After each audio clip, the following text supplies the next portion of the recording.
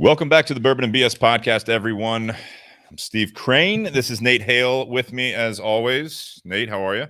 Doing well today. Cool. It's much warmer than it was last week. Yes, and although we have impending doom here in the Midwest, so that'll be fun. We're kind of waiting out the storm right now overnight, hopefully, so everyone be safe if you're dealing with the bad weather. Hopefully, if you listen to the audio on this, it's all cleared up by then. As long as I'm out of here by 4 a.m., I'm good. For a lot of reasons. Anyways, happy Whiskey Wednesday, everyone. This is episode 206. Tonight, we got a special guest, one of our best guests, a reoccurring guest. We'll bring him on just in a moment here and go over some of the business stuff here. Quiet down, you. So, first and foremost, I want to thank you guys for supporting the podcast. Patreon.com/Bourbon and BS podcast. You guys can do a monthly contribution. That is one way to financially support us doing this. If you do enjoy the show, you can do that. Or if you want to do a one-time donation, we got Venmo, and the Venmo is at Bourbon and BS. So at Bourbon and BS, all spelled out one word for Venmo. But the Patreon thing is great. Also the Patreon, hoping to have it set up before the show live here, but buyjack.com/Bourbon and BS. That's where you can get the swag. Nate's got the red shirt on for the podcast. Nate, if you could pay attention here a second. There you go. Pour one more, light up another. We'll figure this out together. So that's available right now. I do want to say if you're on the Patreon page, you will get a code. We're actually switching this over. That's why it's actually taking a while, is that buyjack.com is updating it. So it's not going to be a separate page for the Patreon members. Oh. You'll just have a discount code. So that's try and make it a little easier so that way there's not a separate page. Making it easy for everyone. Along with that, you'll see a couple things on that. Again, going over a couple business items. You see the shirt that I've got on right now, which is the BS 3/4 sleeve in the gray and the blue.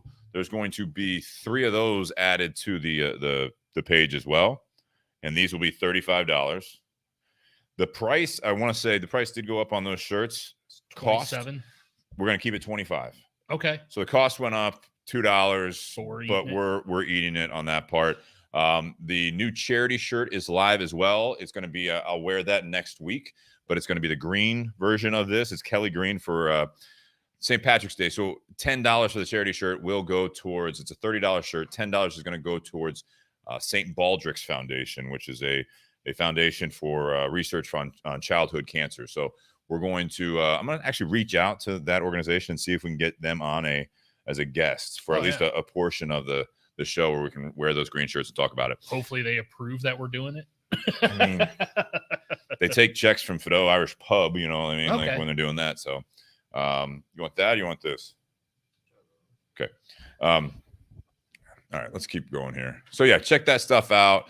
And then also our sponsors, I'm going to bring on when he is back in the green room there. But I want to thank Tinderbox at Easton. We've got the Montecristo Espada Oscuro, which is featured cigar tonight. Tinderbox is in Columbus, Ohio.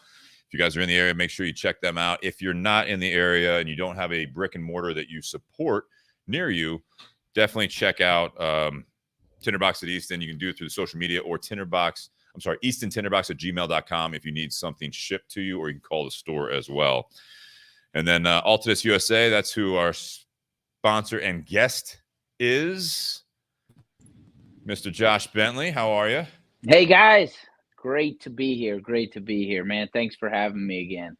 Absolutely. Always a pleasure. We're going to have you on in a couple weeks as well in the garage to debut the new Montecristo Espada cigar. We're doing the Oskero tonight by way of Tinderbox at Easton, and we will have the new signature in 2 weeks. And the plan is, Josh, to be in the garage with us and learning about the new edition. It's a limited one. The Oskero is a regular production. The signature is going to be a limited one, all made by Plasencia. We'll talk about the Oskero a little bit more tonight. And also want to thank BS Cigar Company, the Gold and Silver. Gold is actually also made by Plasencia.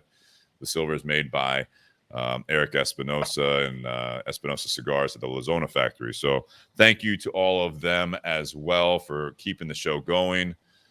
Just absolute great support, and we appreciate that. One more time for those shirts, buyjack.com/Bourbon and BS. Going to have a lot of new stuff, including the first Bourbon and BS hoodie, Bourbon and BS podcast hoodie, which will have the logo with the barrel That's just behind us on the screen there, up in the corner there. It's going to have that logo on there too. So that'll be cool. What else? Anything? I don't know. Got all the business out of the way. One more thing, going live on sale this Friday, a couple days from now. If you're in the Columbus area in Ohio, people travel from the Midwest. This Friday, what's today? The 2nd, so it'll be the 4th. Tickets will be live for the 2022 Smoking 10 event, number 9. All right. We're going to be there. VIP tickets, you're going to get 15 plus cigars. The general admission, you're going to get about 10 plus cigars. We might even throw some extra stuff in there. Got some amazing raffle prizes and the greatest raffle in the area.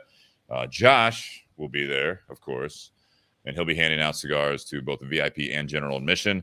So stay tuned for that. You can start calling in or stopping by and getting tickets to the Smoking 10 event, number 9, 2022, starting Friday. Space is limited. Yeah. Very limited. We got some people that come in from other states. Yes. Yep.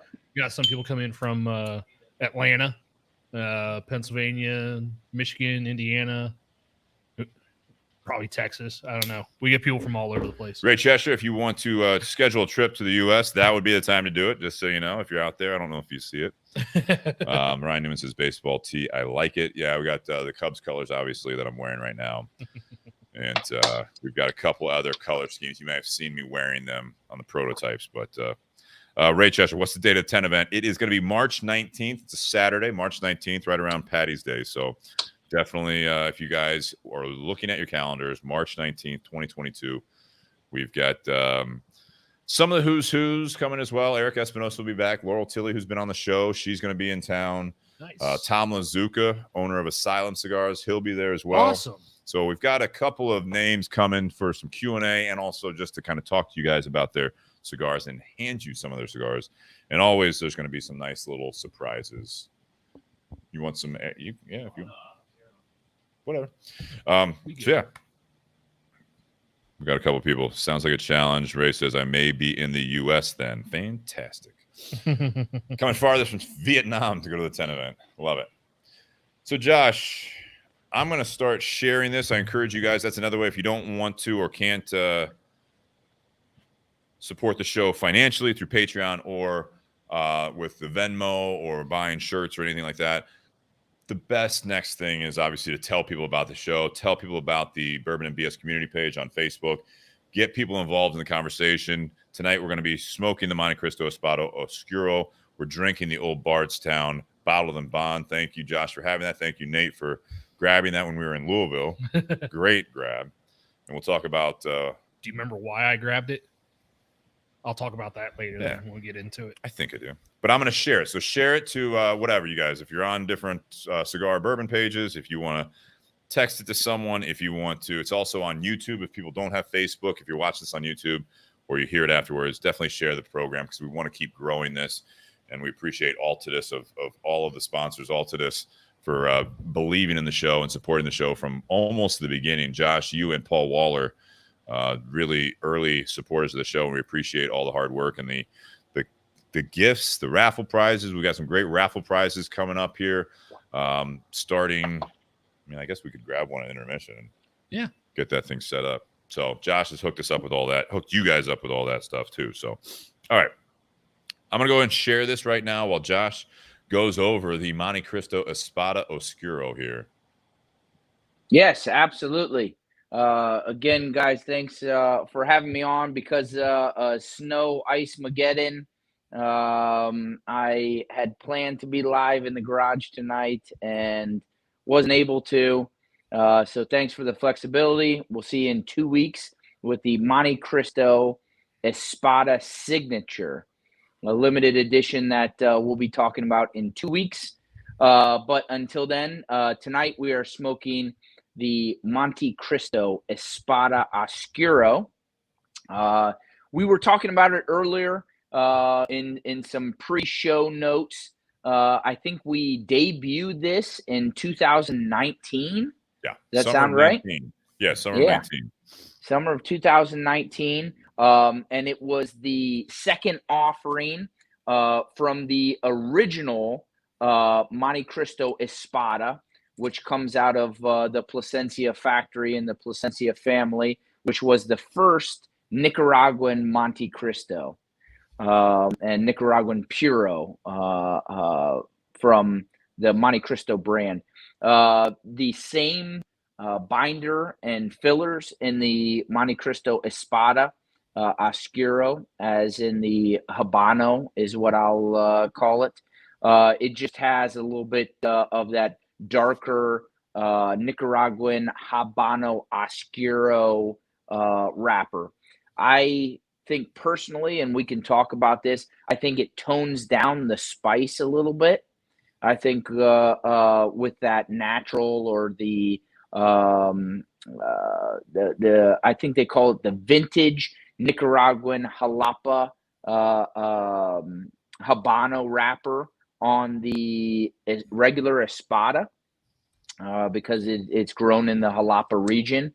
I think it gives a lot more spice notes from that, and you get a little bit more of a toned down. I'd almost say like a roasted coffee or a roasted espresso note from the Oskero. You're saying this is more toned down, in your opinion, from the original Espada? I think so. Spice level. Okay. Just wanted to kind of get on the same page there. Yeah, I'm glad that you clarified that. Spice level wise, it brings it down one notch. Yeah. Yeah, so talk to me also about, this comes in 10 count boxes for those that have not seen this. Your guys is when you came out with the original Espada, just really took it to another level with the packaging on that. So we can touch on that a little bit. You had that kind of a medium brown box, if I'm not mistaken. How would you describe that? Yeah, kind of like a leather or a suede, like that suede-ish wrapped top to it. Yeah, 10 count. Yep. Came in 3 different sizes, if I'm not mistaken. Originally, it came in 3 different sizes. Yep. In the Espada, and if anybody's ever bought a box from the Tinder Box or wherever you're listening from, your local brick and mortar, it comes paper wrapped. So it's cellophane. After you get through the cellophane, you got the paper wrap, and then you have that leather suede. The brown for that Habano wrapper that we were talking about, that vintage Jalapa, Habano wrapper. And then we did that in 3 sizes: the Robusto, which is called the Ricasso, the Toro, which is the Guard, and then a Churchill Extra, which is called the Quillian. And that's, I believe, a 7x56. So it's a little bit bigger Churchill. Where did those names come from? The romanticism with the Espada. Okay. Going to the Espada is the sword that you see on the box. And so they get it's just a romanticism on the names. They came out with a Magnum in the 660. A 660, and then when we debuted this in 2019, it just came in the original 3 sizes, and then as of last year, we introduced that 6x60 in the Oskero. What was the middle size? A Toro, more or less 6x50, right? What'd you call that? Yeah, it's a 6x50 Guard. Guard, that's right. Yeah. I've been a huge fan of the Plasencia line since you guys launched it, for sure. I think this was a huge thing. I love the fact that you said it, and that it's the first Nicaraguan-based cigar. You have a fan right there? Do you have a fan out there in your 3-season room? You're muted again. Yes. Okay. But yeah, so you guys obviously went to. You're fine. Go ahead. Priorities, man. That's good. Yeah. All good. Yeah, trust me. We have distractions in the garage too, as you know. But got a loose cat running around. Loose cat. Oh boy, I got a barking dog inside. But no, the Nicaraguan project is really been a cool thing to see Altadis do with Montecristo, the brand itself. You guys have taken it a step further with the second cigar we have tonight, which is the Montecristo Nicaragua series, you guys started working more and more with AJ Fernandez, which has been great. That relationship has obviously blossomed as well. We've talked about that on recent podcasts with Rafael Nodal and how you guys have actually just that relationship between Rafael and AJ has really grown your guys' portfolio in the Nicaraguan region, I think. But especially, I love working with the Plasencia stuff because it's just some of the best tobacco out there, in my opinion. I mean, they grow some of the best. Their manufacturing is top notch. And I love their Nicaraguan stuff, their Honduran stuff as well, but the Nicaraguan stuff. And I have yet to smoke the new signature. I know we're focusing on the Espada Oscuro, but I am excited to smoke that because it's got that was it the Colorado Claro wrapper on the new one. So I'm excited about that. Unfortunately, we haven't smoked it yet because we're not allowed. No, it's because it's limited edition. You always say it like we're not allowed. I mean, you could buy one if you really wanted to. I was told I was not even allowed to buy one. I don't know what you did. I was told that by other people I work with at the Tinderbox. Well, all right. We're not all bad guys there. All right, let's get back on track here. As an employee, I am not allowed to buy one. Well, as customers, as a co-host of the podcast, you'll get one for free. Yay! There we go. I'll take that. There we go. But the packaging we were talking about, this has a white wrapper around black around the box, the paper wrapping, that's cellophane. And then the boxes we were talking about with like kind of like that leather suede, it's a different feel, but it's a black top box. And they went with this black and gold scheme with this. So they took a lot of the similar packaging on there, which this is, so Josh is holding up, you're watching this live. That is on basically the second half of the cigar. And it has on there, obviously, the Espada Oscuro. The dress on this cigar, it stands out in a box. It's definitely borderline too much packaging. You can't even light the cigar really without taking something off of it. Not this size. Not this size. But so it says blended by Grupo de Maestros in Dominican Republic and made in Nicaragua by the Plasencia family. So I assume the Grupo de Maestros for Montecristo and Altadis, including Rafael, is working with them closely now. And they work with, obviously, Plasencia. They work with AJ and all these projects. 9 people, is that right? 8. 8 people, plus Rafael? Rafael works with the Grupo de Maestros, which is 8 people. They are like basically the elite blenders and tobacconists, I guess you could say, in your guys' company. So they are based out of the DR, but then this is, they work on it in the DR, but obviously this is all Nicaraguan tobacco grown and manufactured at the Plasencia factory, correct? Correct. Yeah. So they're sending blends back and forth, to try the different blends and the test blends and such until, tweak it. And, these group of guys have more than 300 years of experience. That is their MO, that's their mantra, that between them and they get to sit there and smoke and try the different blends and then go back, and then Plasencia constructs and their family makes this. Okay. I did have a question here. We can talk about this and we talk more about the cigar. From Ray, this is it's an interesting question. When is the cigar industry going to do away with the cellophane wrappers? Not sure it's really necessary and not at all eco-friendly. Josh, do you have your answer or your opinion? Obviously, you can't really speak on behalf of the entire cigar industry with that, but I mean, what is the functionality in your opinion of the cellophane that is found on anymore? It's found on, I would say, the vast majority of the products that are made by the DR, Honduras, and Nicaragua. Most of them are going to be shipped to the United States. What is the functionality there? Yeah. So, Ray, it's a great point, a great question, and it's definitely needed. Habanos SA, which Ray will be a little bit more familiar with, as he's able to readily and legally get cigars that come from Habanos SA do not utilize cellophane.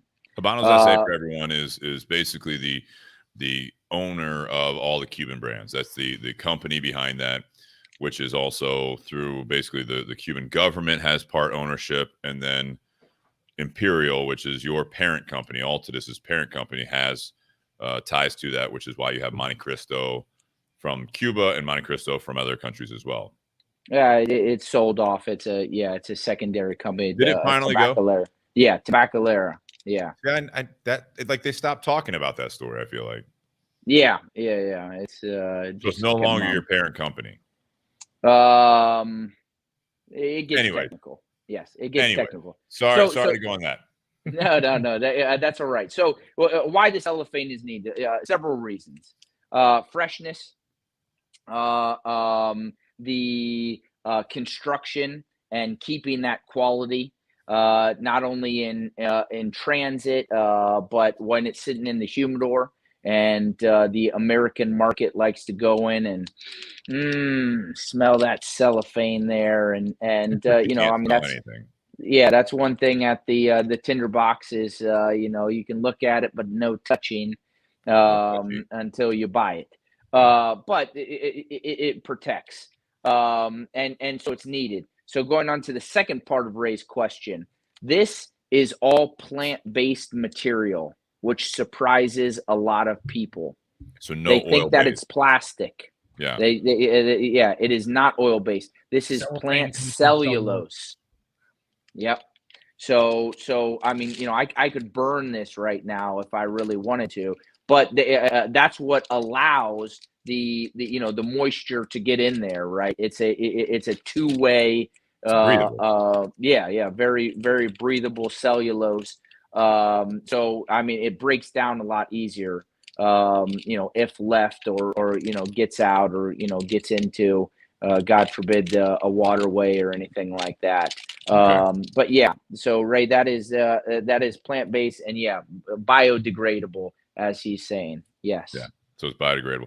Yeah, I mean, a lot of it too is you'll see a couple other companies that are doing a little bit more like the tissue paper, but there is that functionality for protection of the cigar, right? I mean, in transit and everything else, you figure these things we do have in the industry, it doesn't matter if it's a $2 cigar or a $50 cigar or anywhere in between or above that you will open a box and there's a good chance that there's a foot that has a crack in it, something minor that you will be able to smoke still. And then there's also, the fact that it could just in transit, you could have a crack somewhere else. I mean, so there is a little bit of a layer of protection with that cellophane on there as well, that I think that the main functionality from my viewpoint is absolutely the integrity of the cigar.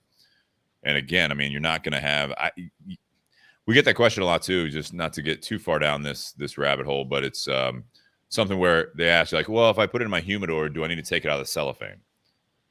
And I will typically give people the advice is like, if you're going to be aging it for a very long time, yes, you can, but it's not going to hurt it. I mean, to be in the cellophane in your humidor, it'll still take humidity. It'll still be, just fine. You won't have tobacco against tobacco as far as that goes as well. So there is a little bit of a layer there. There was that's the main thing, Steve, is that when you get oily, cigars such as, this Oskero, and you take it out of the cellophane and you're putting it up to, let's say a Connecticut that just so happens to be in, it's going to exchange oils. And then you're kind of, messing with not necessarily the integrity of the cigar, but it's going to be mixing some flavors and oils. And you just kind of don't want to do that. I mean, unless you have a tray in there that's laying them all flat. And like you said, for aging purposes, they don't make these things and spend the money on them for no reason. It is for a good reason. Although Habanos SA doesn't, use them, I can't speak for them. Gotcha. And again, not everyone does that in the industry. I mean, it's not on every cigar. There are some that are going to be naked without the cellophane, if you will. Mm-hmm. Like, you had mentioned naked. The Padrones, some of the Olivas, Just, I mean, Tatuaje is my father. I mean, it's kind of throughout the whole. Yeah. They're not always like that. So, but yeah, that's a great question, Ray. If you guys have any other questions, definitely ask. Going back to this, you take off that bottom part of the branding on there, the secondary band below that. You still have the classic Montecristo brand logo, and then obviously the Espada Oscuro, and then you've got Montecristo on there. I mean, it's really well. It's kind of a traditional band with a little bit of dressed up flair, in my opinion. Ray, you said that it's a fancy band, and I agree. I think the packaging is top notch on this. Which band? There's a lot of them. But which sometimes gets a little annoying because that secondary band, sometimes it's perforated there. Mm-hmm. So sometimes that'll split. So it's almost like you got to take off 3 bands sometimes if they don't come off together. It's almost as if that, and I'm not sure if it was, but it's almost as if that was intentional. If you wanted to leave that band on a little bit, you could actually tear the one part of it off because it's got the circles in there. It looks decorative, but it does actually tear like it's perforated. Yeah. The signatures on there, is that is that from the Grupo de Maestros? Yes. Yeah. Nice. Like each one of them do a letter. I mean, yeah. Nate, what do you think of this cigar? You've smoked it before, obviously. I have many times. It's, Josh was talking about, this compared to the regular Espada. I feel the Espada is going to be medium. This one's more medium full. I think it comes across a little bit richer. I'd have to smoke the regular Espada again because when Josh said that this one has less spice than the regular Espada, that kind of threw me off. Okay. Because I always thought this had a little bit more to it than that. But it may just be the way I was perceiving the strength of the cigar. Made me think it was just more spice. So I may need to revisit the regular Espada Habano. And I thought about bringing that one as well as a second cigar. Is going from this one to that one. But I don't know if you're going to pull any tricks out of your book, but we could possibly do that in 2 weeks as the second cigar. We could smoke the original Espada after the signature if you'd like to do that. Yeah. I've always got some tricks up my sleeve, but yeah, let's do that. Let's do that. We can definitely do that, and we could have made it the second good cigar tonight, but I think we went the right route. So Let's plan on doing that next week. At least I stuck with all Nicaraguan tobacco. We got Plasencia all Nicaraguan, then you got the AJ all Nicaraguan, and we stuck with the Montecristo as well. Yeah, I do like the cigar. I've always enjoyed the flavor on it. It's one of those cigars that I tend to smoke later in the day or in the evening. It's rich because it's so strong. Like it'll hold up to a lot of the other cigars that I've had in a day. Yeah. If I'm smoking multiple cigars in a day, this isn't necessarily one I'd want to do early in the day. Might blow my palate out first thing. But no, like nice this black coffee. Could, but then you're just going to taste that the rest of the day. But this is flavor, man. This is one that I've definitely enjoyed after some steak dinners with a glass of whiskey or a bottle of wine. Yeah. So it's got a lot of flavor. It's got a nice, pleasant spice on the retrohale. It doesn't come across super spicy like say the BS Silver, but because that on the nose is a pepper bomb. It is. This one's got just enough pepper on the retrohale to let you know it's there, and it's very enjoyable flavor coming through the nose. Josh, what do you think of the cigar? I mean, so Josh, we didn't really rattle it off, and he's taken a good draw there. So behind us, we've got obviously the Montecristo logo, the Romeo Julieta, the H. Upman. We've talked about aging room. That's just 4 of, I don't know the total number. I don't know if you know off the top of your head how many brand names. So you got St. Louis Ray, you got Butera, Onyx, which we've got the Onyx lighter on the table. I mean, Trinidad, which you guys have been blowing up recently. We mentioned AJ Fernandez, that relationship, the Espiritu line. I'm waiting for an Espiritu number 3 because the first 2 were amazing. So that better be still coming down the line. Hopefully, here is a Trinidad Espiritu number 3. But yeah, so you represent do you know how many total SKUs you have in your catalog? Is that like a trivia question at one of your sales meetings? That is a really good question. The answer 189. Are you, are you making that up, or is that? I totally made it up. I just wanted to I knew that. I mean, because you're constantly coming up with new ones. There's no fucking way you knew that. I know, like they 189. That's it. Oh no. I think you have more than that. Yeah. Actual SKU, when you break it down by SKU and the sizes the numbers. and stuff. Yeah. I was just joking with you. The true answer is 354. I still made it up. I feel like you still bullshit. God damn it.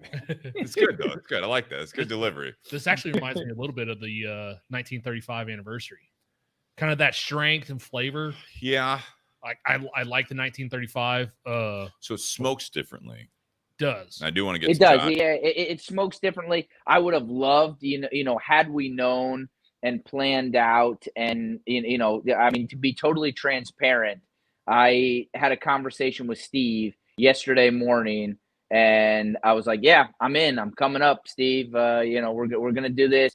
I had a couple of things sent up, to the tinderbox to unveil for the Montecristo Espada signature that I was going to present to you guys, and it was going to be fun. Then yesterday evening, with all of the news and the ice and everything like that, we kind of called it, and I was like, hey, you still. Can I do it virtually? So I in retrospect, I would have loved, had I known we were doing this virtually, I would have loved to have done the 1935, right? Since it got the number 2. Well, yeah, I'm glad you have some. I don't have some. Okay. And of course I have some. That is my favorite cigar. Oh man. I'm telling you what, I had a box. And I utilized it for a Christmas party. And no joke, I had a box of the number 2s sitting in the personal humidor. I use it for a Christmas party. And what happens? We get the number 2 rating. Unbelievable. Yeah, and that is, while we're talking about, Cigar Aficionado named that the number 2 cigar of the year, right? Yep. In that torpedo, that number 2 size. So, I mean, a truly excellent cigar. It is. And that's an AJ blend as well, all Nicaraguan. There's got a lot of age on that. Again, we can go on and on. We featured a lot of and debuted a lot of good cigars from you. Not all coming from Nicaragua, but I mean, I bring up again your relationship with AJ Fernandez. Still, in my opinion, not rated highly enough as the H. Upman 175. That cigar we debuted on that. Not only is there. Huh? Yeah, I got number 10. I mean, that was a great smoke. I don't know how they didn't get number 1 that year on any of the publications. I was like, did you guys smoke it? Like, because this thing. I got Sean in the garage to smoke one a few weeks ago, and he absolutely loved it. Yeah, that's great. All right, so and great size too. All right, Josh, the Espada Oscuro. I kind of brought that up. I said, of all of your vast portfolio, I mean, where is this sitting as far as like what do you like about it? What would you wish differently? Is it up your alley? It is, yeah. It's up my alley a little bit more so, and that's what's going to be interesting in 2 weeks, guys. Is we revisiting after we smoked the signature, smoking the Montecristo's first Nicaraguan Puro, which will be the Espada original, if I will.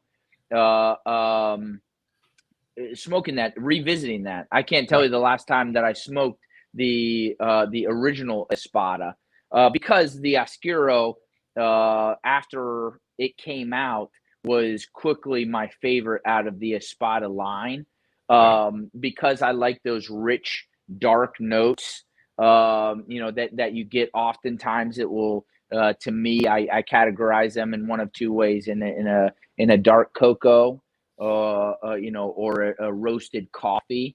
That are 2 of my favorite notes that I'm getting, and I just love what this wrapper does to the filler blend, because that strength I want to say stays the same as it is in the Espada original, but to me, I just get a little less black pepper. that pepper. And I was trying to find that out when you were talking about that, Nate, and doing it on the retrohale. And we've talked about it a couple of times when I've been on the podcast that I try and not retrohale. If I do, it's 1 or 2 times. But what you do get out of there when you do retrohale is just a little bit of white pepper. You think? That's 2 drinks in the drinking game. Yeah, you're gonna, there we go. Game tonight. You're gonna because it's a drink for pepper, but it's 2 drinks for white pepper. Is that the Epic Blue glass you got there? That is the Epic Blue glass. That is nice. Got a couple. Pulled it out. That's baby. huge. That's such a big rocks glass. It is. It's It is. massive. Like you do have to count as you're pouring, because if you like pour that and you're like, oh, I'll just do like a couple fingers, like, oh, that's a quarter bottle right there. Yeah, I have a couple I'm pretty glasses. far Like, in, how did man. I drink half a bottle? A couple fingers in that Yeah, glass is like I've already polished off. A third. Was that of fresh? No, I'm just playing. It was not fresh. You don't have to lie to us. But no. But I mean, this is the second pour out of there. But yeah, it is. It's such a big glass. It's a little bit more of an old fashioned glass, I'd like to say. This was Cocktail my pre podcast drink. I was drinking a little bit of the Pinhook Tis Time Rye. Nice. Right there, which I'll revisit a little bit later. All right, so I'm going to give my 2 cents on this cigar. I think this was an incredible follow-up to the Espada. I think this is one of those, this line that you guys are doing with the Espadas, with Plasencia coming out with the original Espada, then you had the Oskero, now you have the signature. This is definitely, if this continues, I know you had the Estoque as well. Yeah. And that was a fuller bodied one. It didn't have the launch that some of the other ones did, at least at Tinderbox at Easton. But I will say I did have an opportunity to finally smoke. That was another limited one, if I'm not mistaken. And so that one I didn't smoke for a long time, and I finally did, and I was very happy with that. Everything coming out of this, got a trumpet player over there. Everything coming out of this line with Espada and Plasencia, the relationship you have has been, in my opinion, a home run. It's been amazing. So with this Oskero, it is richer. You say white pepper, I can see what you're saying. There's just like a nice kind of a spice to it. You got it's rich. Nate, you were talking about like a steak dinner. Absolutely. This is one that if you were going to smoke it earlier in the day with your roasted coffee, Josh, you're talking about, I think that's absolutely on point. I think this is something that, this would go really well with a black coffee.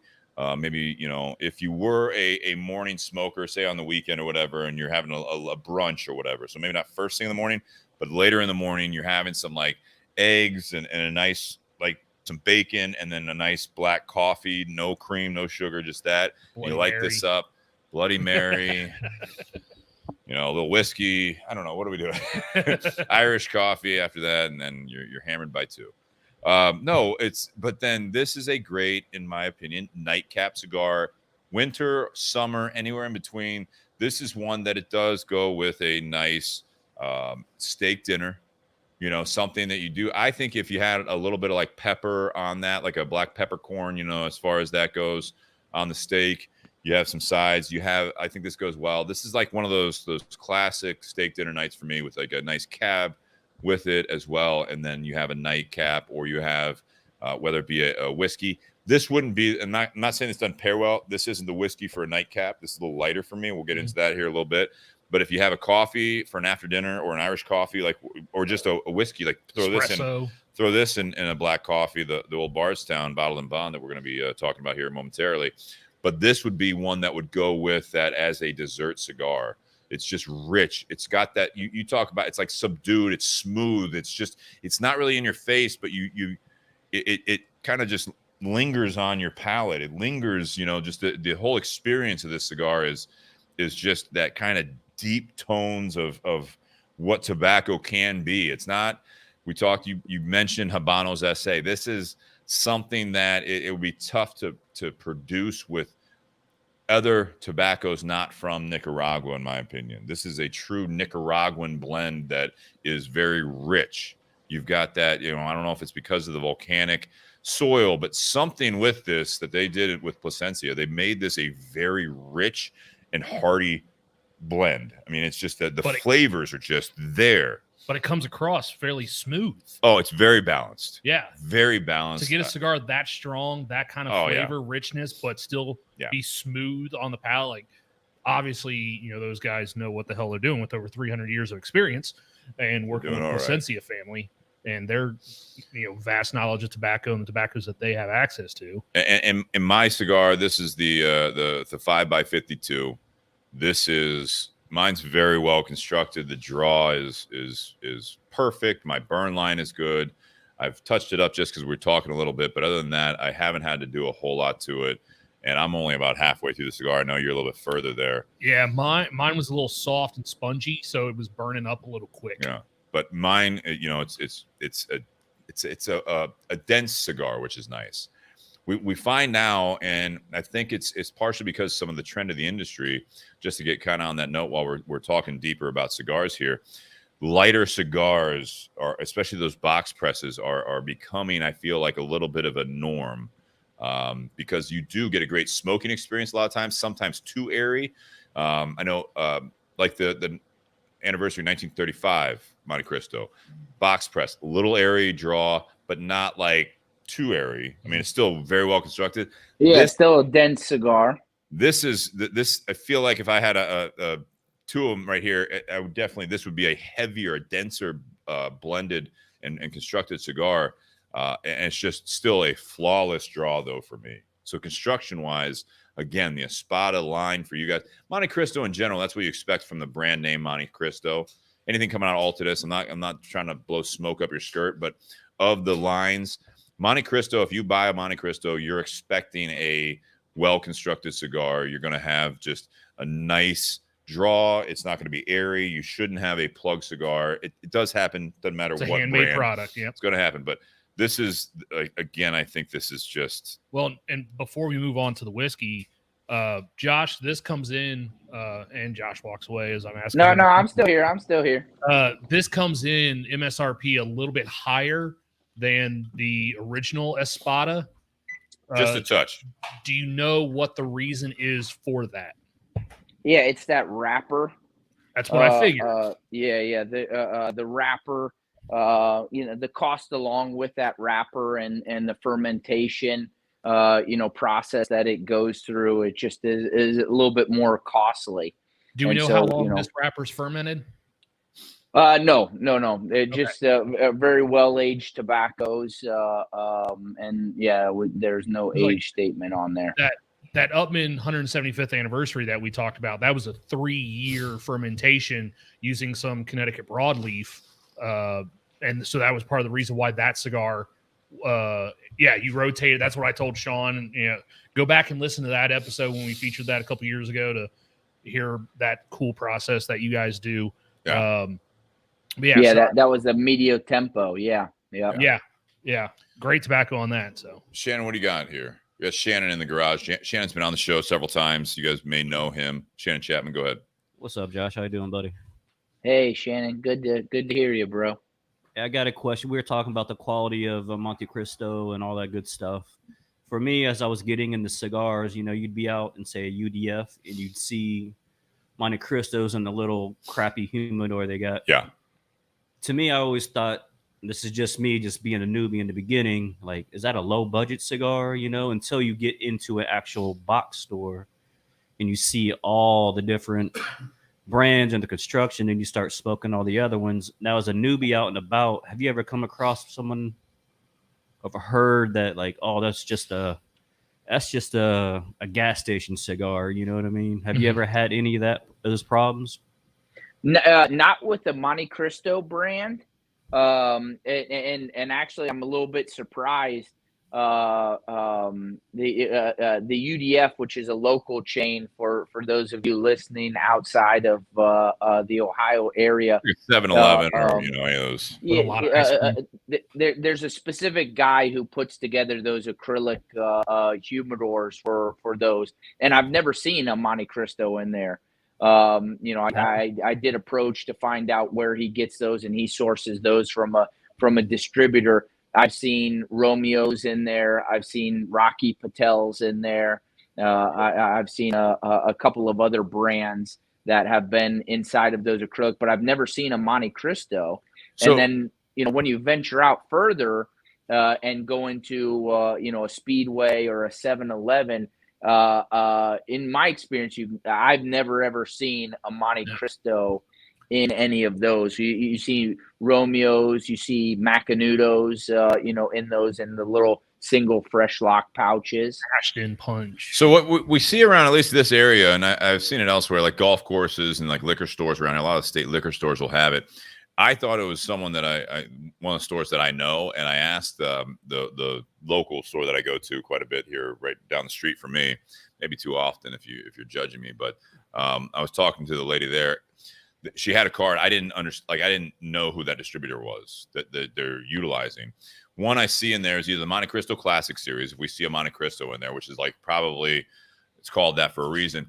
What is the Montecristo that doesn't have a secondary? There's just like that brown band on it? Yeah, that's what we call the Montecristo Original. So I'll see that or a Classic Series, but that Montecristo Original, it almost, and I'm not saying the packaging is wrong for you guys, it almost looks like a counterfeit, like it's someone that passes off that as a Cuban cigar because it just has that brown band. And they're like, oh yeah, my buddy gave me a Cuban. I'm like, cool, how is it? Because that's not a Cuban. Like, but it's still a good cigar. You guys have it in your portfolio. You'll see that. You'll see the 1875, typically the bully size, the Romeo. So I mean, whoever's doing it, you know, trying to put those in there. To your point, Shannon, I'll tell you this is that those cigars at those types of places are typically, in my opinion, most of the like on the mild to medium side. Yep. It's like an everyday smoke. It is for not necessarily newbies, but a lot of times it is like you're celebrating. So you buy a bottle, it's a occasion, and then they're like, oh, we need cigars, and you buy the cigars from there. Some of these companies, I feel like it's kind of dipped back a little bit, but they've done more of the fresh packs. So the more legit convenience stores or whatever, it's better in my opinion to do the fresh packs, just because then there's no guesswork and you don't have to trust the store or the distributor to come in there and regulate the humidor. Right. Because those fresh packs have been a great answer with that kind of concern that, you know, we'll get that at the brick and mortar Tinderbox at Easton. We'll get that comment like, you guys closed at 9, you guys closed at 10. It was like 10:30, and so I like went into the UDF and I looked, and I'll never do that again. Right. Because a lot of times they don't maintain the humidor. Those are like almost emergency cigars when you're out. You know, break glass, get you a cigar, but and I think the reason is.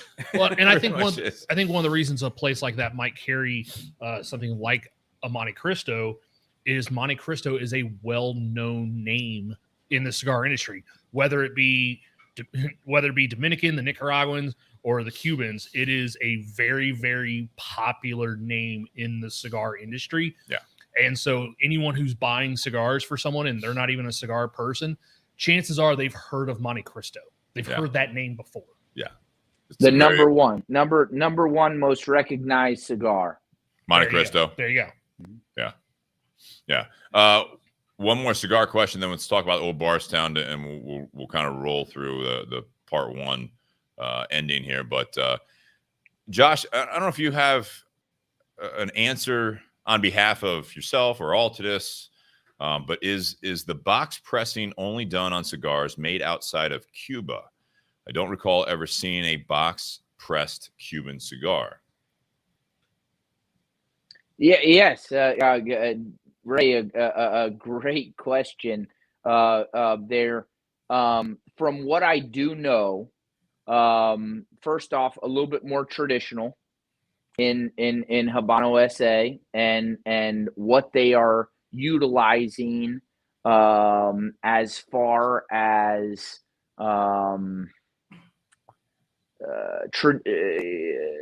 up-to-date standards, right? We have sent down to Habanos some draw testers. There is a tool that we use in our industry that's called a draw tester to where so many of the cigars, when they take a batch, they'll check the draw. And we've sent them down there, and where they're sitting in the Cuban factories, up in the attic or in the back room collecting dust. They just won't utilize them because they're very traditional in what they do. And yeah, I don't believe that there is a Cuban box pressed cigar out there. For again, and I'm just speaking very lightly. I don't know a lot about them, but they're not able to keep up with the demand that they have right now. And it takes a lot of time, energy, and effort to box press a cigar. And the process that it goes through to roll it, give it the time, then take it to the box press, right? The certain trays that they have, there's a layer of silicone, that goes in to, make them perfect. And so it really is an art. And I don't believe they have gotten into that. I'll say this, and this is, my opinion. So I had the opportunity, and this, bear with me on this here. I had the opportunity to go out to your Connecticut barns and fields a few years back, and for Altadis, and took some pictures, right, and had those on my phone. Follow-up trip down to Cuba and went out to some of the farms. What I understand, kind of putting it all together, is that obviously with the Habanos SA, the last stats, I haven't seen any recent ones, but they produce just over 100 million cigars a year, typically. So anywhere between like 100, 125 million cigars a year coming out of that. They don't produce. They export 100 to 125 million. Ballpark, it might be different now, but that's where we're at. They have limited amount of tobacco. They have limited amount of farms. It's very regulated. There is, in my opinion, not as much, not only creativity because of your limited resources. Again, we're talking about this is all Nicaraguan tobacco, but these like Plasencia, AJ, who you guys utilize, and even some of your own farms and factories, you guys have a little bit more creativity. You have more business money, if you will, as opposed to what we're dealing with in Cuba, which is more, government funded. And you have these private businesses that they basically, quote, sell their tobacco, 90% of their yield, to the Cuban government, to Habanos SA. And that's how that relationship is. So I don't think they're going to gamble as much. There's not a market in a lot of the world for box press Cuban cigars. Yeah. What I was saying about my Connecticut trip, I remember I was at Hector Luis's farm, and I was talking to the guy who was kind of like just not a tour, but it's basically like, my friend Mark talking to Hector. He hung back. He'd already been out to the farm. They're friends now at this point. And my friend Brandon Carson, who's been on the podcast, he and I got our own little private tour with Michelle, who was taking us to the barn. There wasn't a whole lot in there, but I mean, he just kind of did an impromptu tour. And I showed him the picture of in Connecticut, you guys have this, not only the palletized seeds, which look totally different than just, tobacco seeds, which is like, looks like almost like dust in your hands in a sense. But they had this 4-seater, like these metal, like bad bicycle seats on this, there's a contraption up front, 4 seats, and these people are sitting in these seats. And it's literally like taking each of these little pods. So the seeds are they're then planted in the greenhouses. And that's like for whatever, like 6 weeks or whatever. It's got that period of time. Mm-hmm. And then those get fed into this, they load this machine up. They go out to the fields, and it's literally just like plopping down these things. I show this to Michelle in Pino del Rio. And I said, so have you ever seen, do you guys have any of these on the, and he just looks at my phone and he looks back at me. He's like, can you get me one of these? I'm like, no, I can't get you one of these. I'm thinking it's like this archaic thing. It was like, I think the unit that I saw in Connecticut at your guys' farm, like 80 years old. I'm thinking like, oh my God, like you guys still use this. I go down to Cuba, and this is kind of where my mind is with this question, Ray, is that Cuba is so traditional. You hear that's traditional Cuban sizes. They have started flirting with fatter ring gauges. They've flirted with this concept of like this, what I would almost call Americanized market. But if you're talking box press, I don't think they have the molds. I don't think they want to waste the tobacco figuring this stuff out. They are truly, and this is something as an American tourist, you guys are all fascinated with these documentaries. It's like, oh my God, they have these classic cars. It's like, they have these classic cars because they can't fucking afford to go down to the, the dealership we have in Columbus, like some big dealers. Mark Wahlberg is now owning dealerships in Columbus, Ohio. They don't have a dealership that they can just go down with their, $38 a month and buy a car. Yeah. The reason there's classic cars there is because it was their grandfather's car. You know what I mean? They literally like Frankenstein this thing back to life. And now it's got like a 2-liter diesel motor in it or something. So yeah, Josh showing a picture. Let me see if we can block you in that. Let me hang on a second. Let me solo this. Let me see if that'll focus. So that's the contraption that I'm talking about. That looks, in my opinion, that looks very archaic farming. Like, how have you guys not progressed this into a basic, I don't want to say a robot, but like something a little bit newer looking than that? I showed a similar picture to Michelle on Hector Luis's farm in Pino del Rio in Cuba. And he looks at that, he's like, can you get me one of those? I'm like, because that's an 80-year-old machine, and the process they're doing is even older than that. So they have crates sitting on those seats. Oh, there we go. It just focused on that. Hold on. Let me turn down my my brightness down here, and see if we can. So that's it right there. So those crates are sitting on seats, just like an old bucket seat. That you could think of that it rounds around your cheeks, and guys are sitting, straddling that, and throwing down what the mini plant that is to be transplanted right into the ground, and so below it, that's tilling up the soil, and as that tills up the soil, the farmer or the work hands are throwing down the that transplanted little pot. Yeah. I hope no one from OSHA was watching that. So to your point. Hang on, let me blow that up again. So this is what they're working with in Cuba, right? I mean, that's the size of the seed. That is basically not a handful. Those are tobacco seeds. For those that don't know what that is, that is not like a little bit of pepper that you're about to throw on something. Those are actual tobacco seeds right there that Josh very has. Small. So that's like dozens. So I have similar pictures, right? So go ahead. There's two bags here. What you're looking at on the bottom one that is a brown is what was in my hand in the previous picture.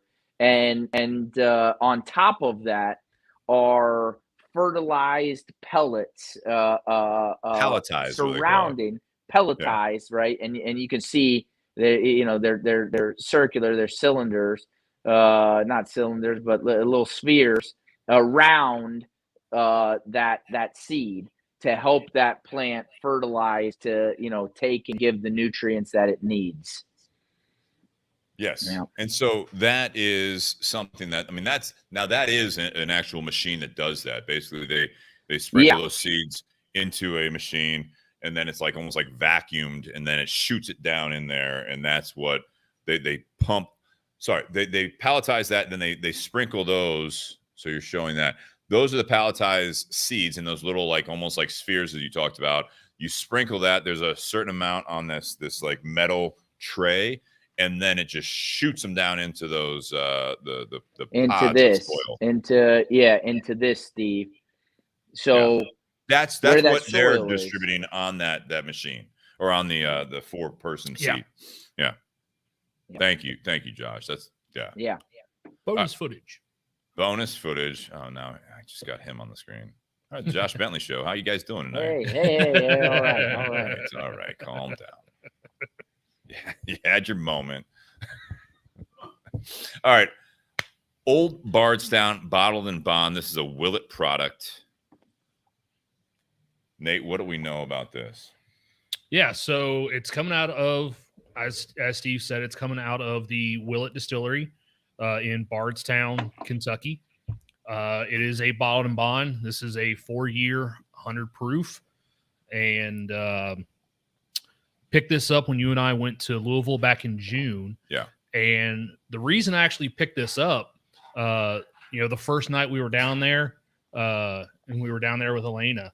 Yeah. This was a bottle that a friend of hers back in St. Louis wanted her to pick up, and we went to that first liquor store that had it, and the place that was way overpriced on a lot of stuff. And at that particular store, this was a $25 bottle. it was like a corner store that is like a UDF or a 7-Eleven, but just all booze. Yes, it was all booze. It's pretty nice. I wish we had them.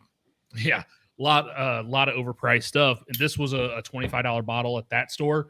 But then when you and I were heading out of town, we stopped at another location and I picked this up. It's $20.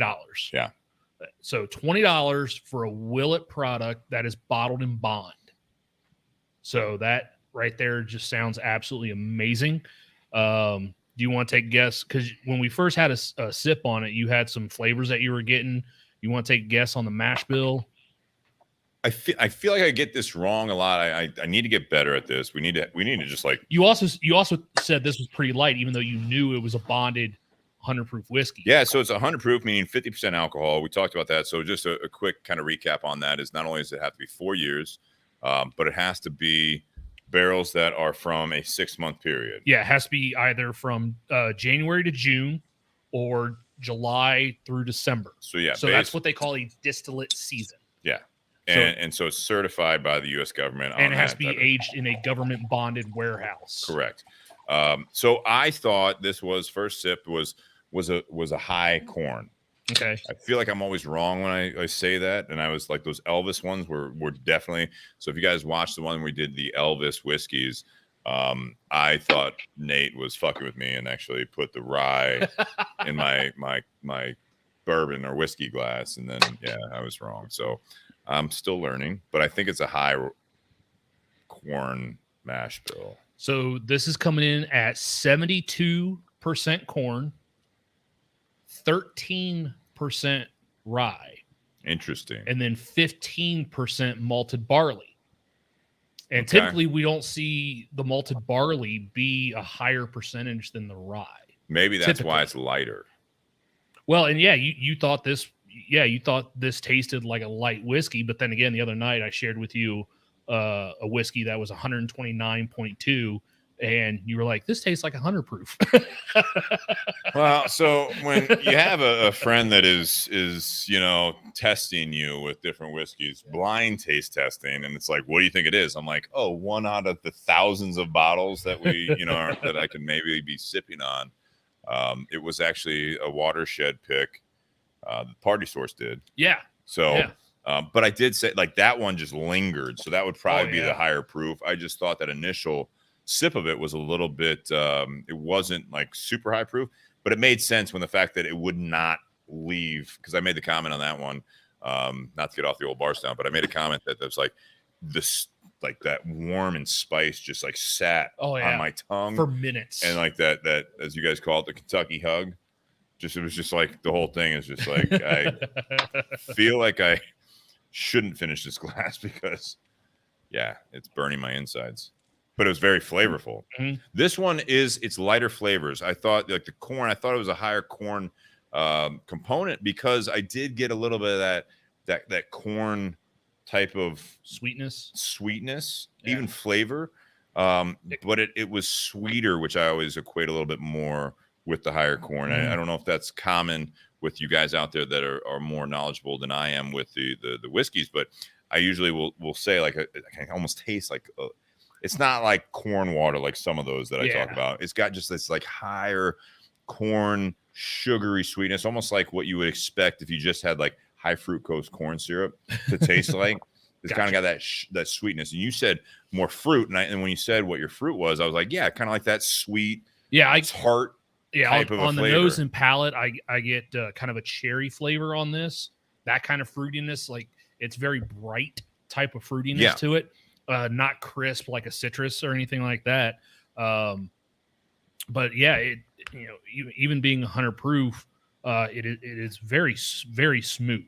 Because there's another 100 proof whiskey that we want to feature whenever we get the chance, the Old Forester 100 proof. Same proof as this, Right but in the ballpark, man. Completely different flavor profiles. Right in the ballpark of the fact that it's 100 proof and it's like $22. Yeah, this is a $20 bottle. Yeah, and, yeah. which This is right was in that sitting on the same- shelf next to Old Forester 100 proof. It was like one of those things. Like, all right, which one do I haven't had in a minute? Well, I'll get the Old Bardstown. I'll get the Old Forester. Yeah. These are those $20 bottles that it's a no-brainer that you want to have some on your bar. Yeah, this is definitely something that the next time we do a trip to Louisville, or when you're going down to Nashville, Going to Nashville this weekend, actually. if you see that bottle, like definitely I'll grab one. Definitely pick it up, because for $20, $25, whatever, I think it's an absolutely fantastic bottle. It kind of the bottle for those that are seeing it, or for the audio listeners, it kind of has that Jim Beam or Jack Daniel's bottle style, that short square type bottle. And this is, the three of us were texting throughout the day trying to figure out what we were going to have, since Josh wasn't going to be in the garage. And so I sent a list of bottles that I have specifically for podcast episodes. And this just happened to be one that Josh also had at his house. So it, luck of the draw there. Yeah, for sure. Yeah, I mean, it's a great staple for exactly what you said and the reasons that you said, Nate. I mean, I got this bottle for the first time when I was in Bardstown. We visited Willett, and picked it up there for $19. I think it was back then. Bottled and bond. I mean, you can't go wrong. If you're gonna drink it straight, like we're doing tonight, if you're gonna make an old fashioned out of it, it's a great, it's a versatile. Yeah, and I think a lot of people in Ohio, since we for the longest time we haven't been able to get Willett products. Now the state is starting to bring in a couple of Willett products. But up until now, I think most people in Ohio, when they hear Willett, they think the Willett pot still, which comes in that pot still bottle with that tall, thin neck, where your first pour takes it all the way out of the neck, and you're like, oh my gosh, this bottle's going to go quick, and you don't realize just how much whiskey is in the base of that thing. But either the Willett pot still or like the Willett Rise. The Willett pot still is going to be about that $48 mark. The Willett Rise are coming in about $64. The bourbons are typically coming in, like especially the purple tops. Those are coming in, well over $100 a bottle. So this is something that a lot of people in Ohio, I don't think, because we can't get it. I don't think it's something that a lot of people have tried. And because it doesn't look like anything else that we may be familiar with Willett, because I don't know, Josh was holding up the bottle, like you see the Old Bardstown in bright red, and then it's just above it in cursive where you see Willett's finest quality. So that, the Willett name is not what stands out on this bottle.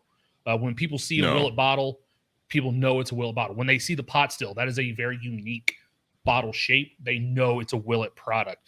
This is something that I think if you put this on the shelves with any other Willett product, people aren't going to realize it actually is Willett, because it doesn't even have a cork. It's a screw top. I love on the side, it says, symbol of Willett's finest quality, Kentucky's Gold Medal Award. And it's got that Kentucky State Fair Award of Excellence on the side here.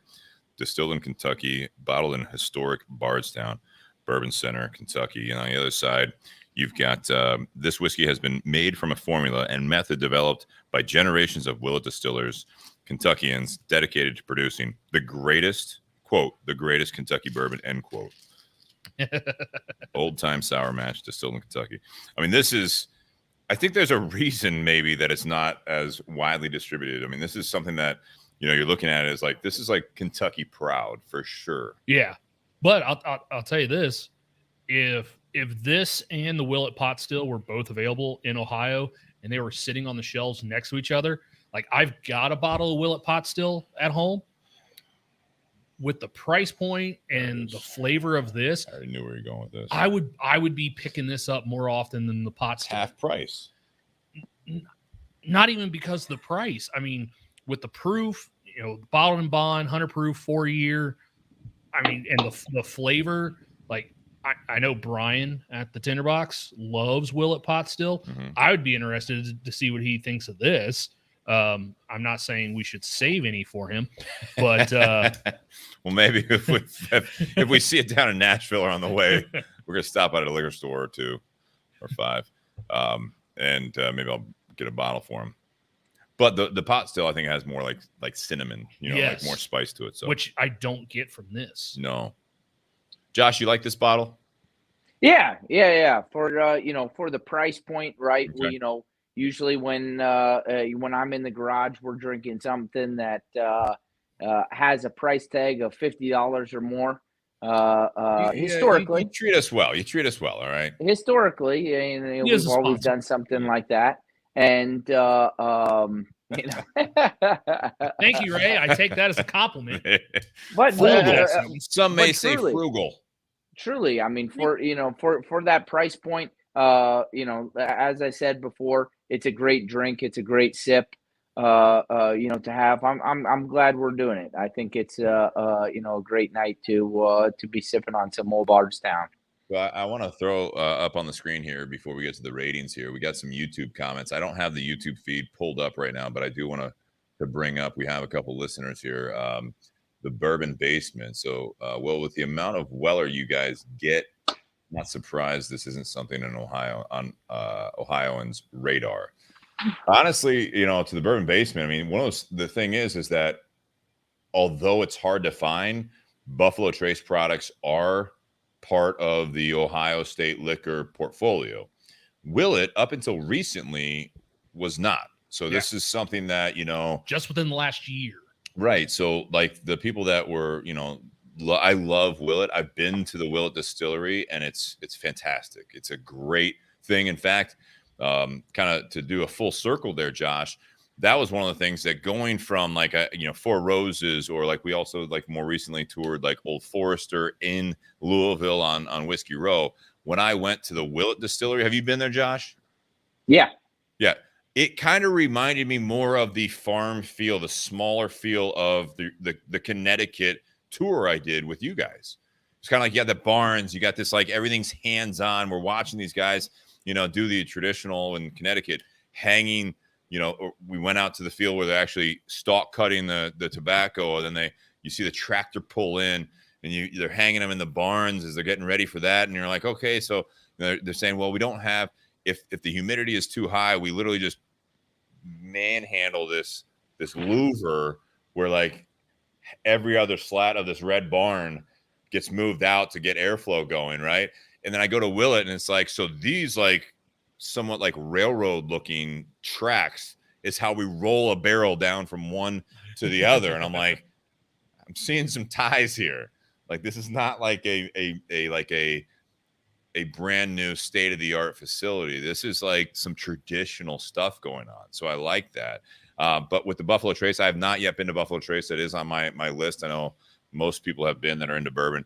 So for that, it's new to Ohioans that aren't bourbon nerds or that have been wanting to try all this stuff. This is going to be in the next probably couple years, if the relationship between the state of Ohio and Willett continues to expand, we will see these things hopefully on the shelf.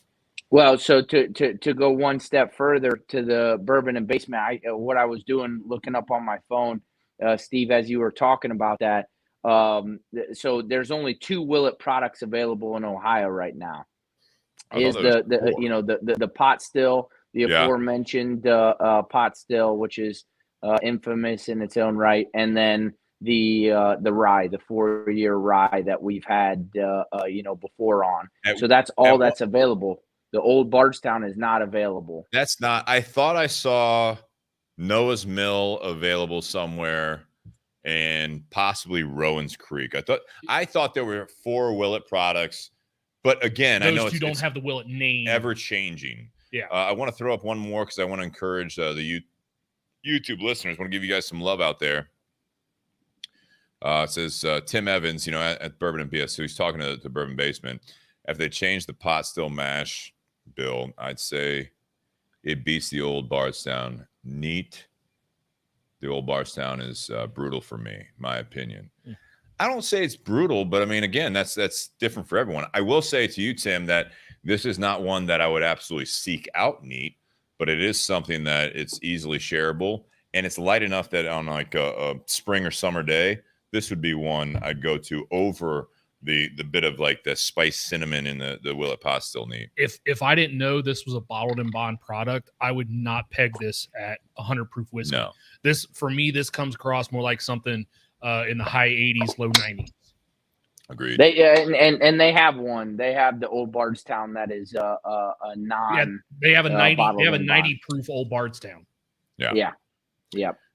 All right, gentlemen, and everyone listening out there, in the effort of time management, which I am terrible at on this podcast, especially later on, would like to go over the rating time of the whiskey, the cigar, and the pairing. So once again, for those that are just tuning in, catching us live, and I encourage you guys to share the podcast while you're listening, if you're enjoying it, just to get more people involved in the conversation.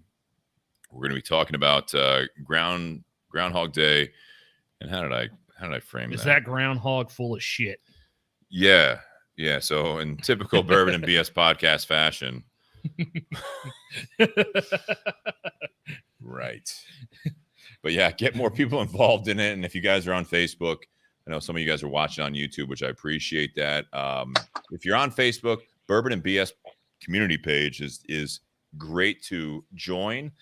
Very, very few people are rejected, and most people are accepted on that. We got about 1,600 members, and the only people that were kicked off of that if you start doing secondary bottle selling. So we don't want that on there. And also Bourbon and BS podcast, like that on Facebook so that you can actually and turn on the notifications. You can get notifications. YouTube, subscribe, and you'll get an email or notification depending on your setup. But we want to get more people involved in the conversation. We have a lot of fun, and we appreciate Josh and Altadis being a supporter of the podcast.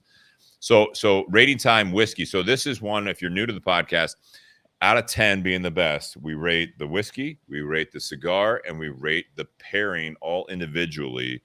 And Josh, it's up to you. Who do you want to go first?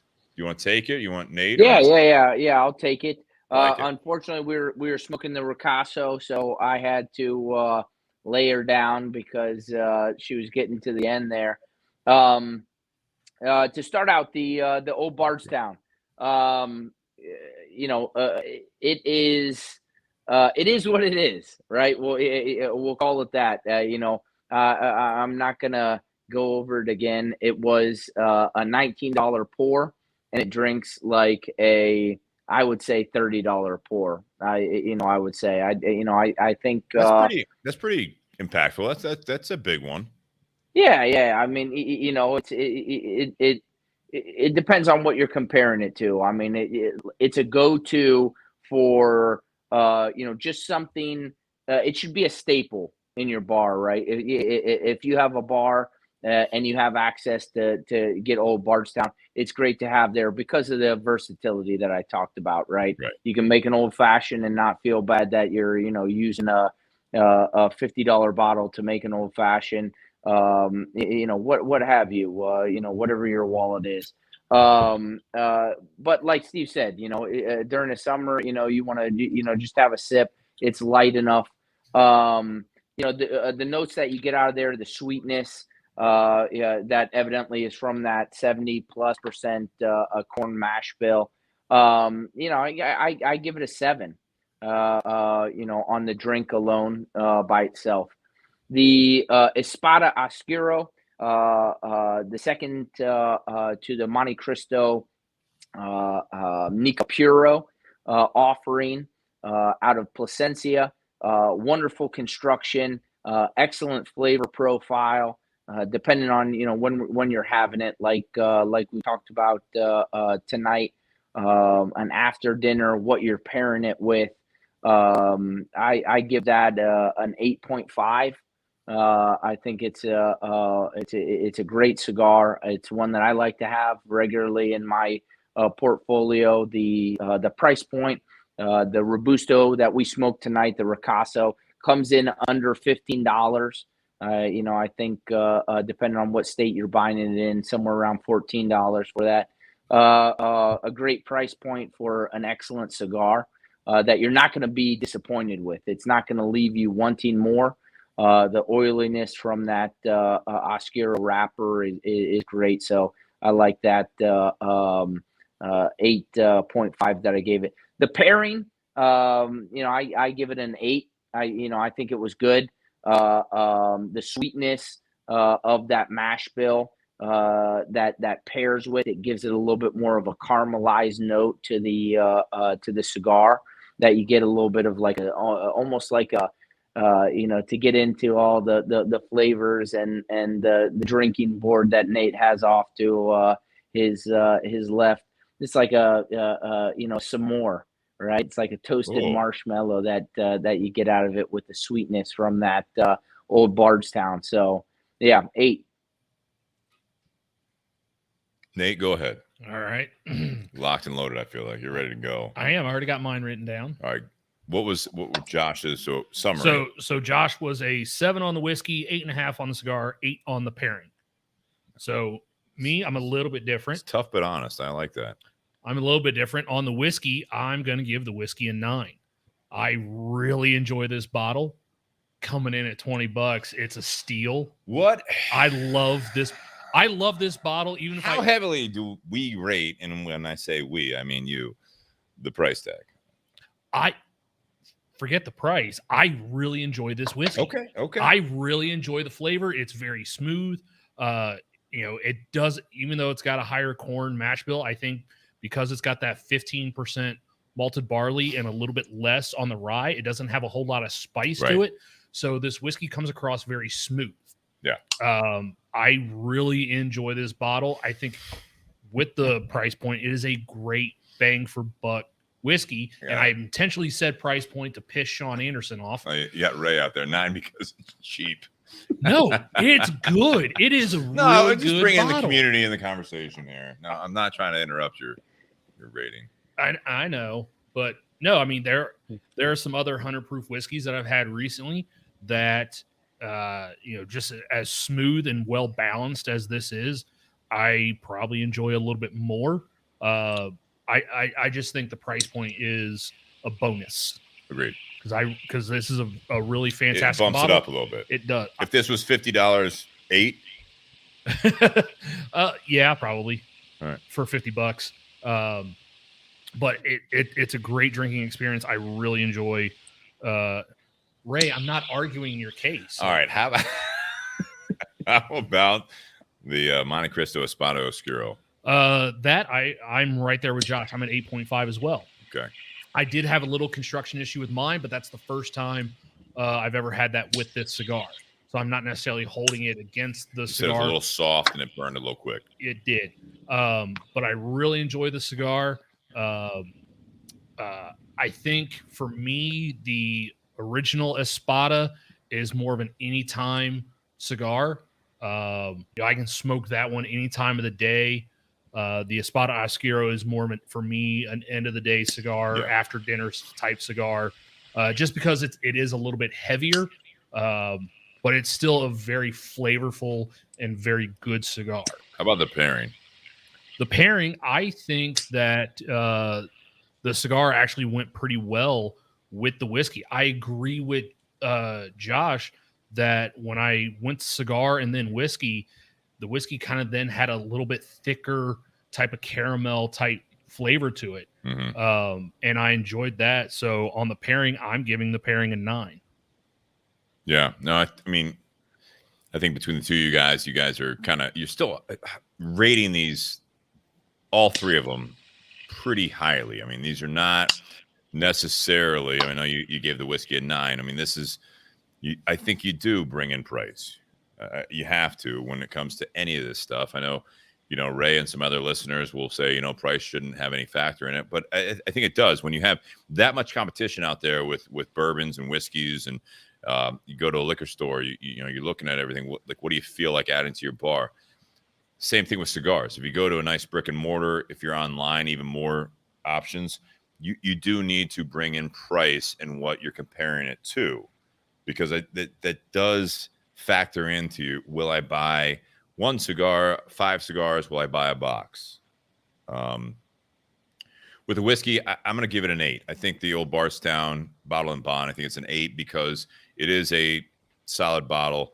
This isn't going to be my nightcap bottle necessarily. If I'm actually going to be enjoying, end of the day, I want a little bit, maybe more depth to it, not as sweet, not as, what we were talking about, what I thought was a little bit more corn. I think it, but, Josh, you and I have talked about it. I think the first podcast you were on, we were talking about that one of my favorite ryes is that E.H. Taylor straight rye. And you were super, super nice. And you brought that bottle to us. And I held on to what was left of that for a long time. It's gone now, unfortunately. So how many years has that been? It's been a few years. Yeah. I'm not saying, I wouldn't appreciate another one of those, but, to Bourbon Basement that's watching on YouTube, I mean, it's, the Weller products we can get because they're available, but they're not available. You know what I mean? Like, you can't just go like, hey, Pop over to the store real quick. How many bottles of straight rye do you need from E.H. Taylor? You know what I mean? I'm hitting the liquor store. It's just not available. Yeah, you got to get at the store, 2 hours before the truck arrives. I got things to do. I'm not going to do that. So Exactly.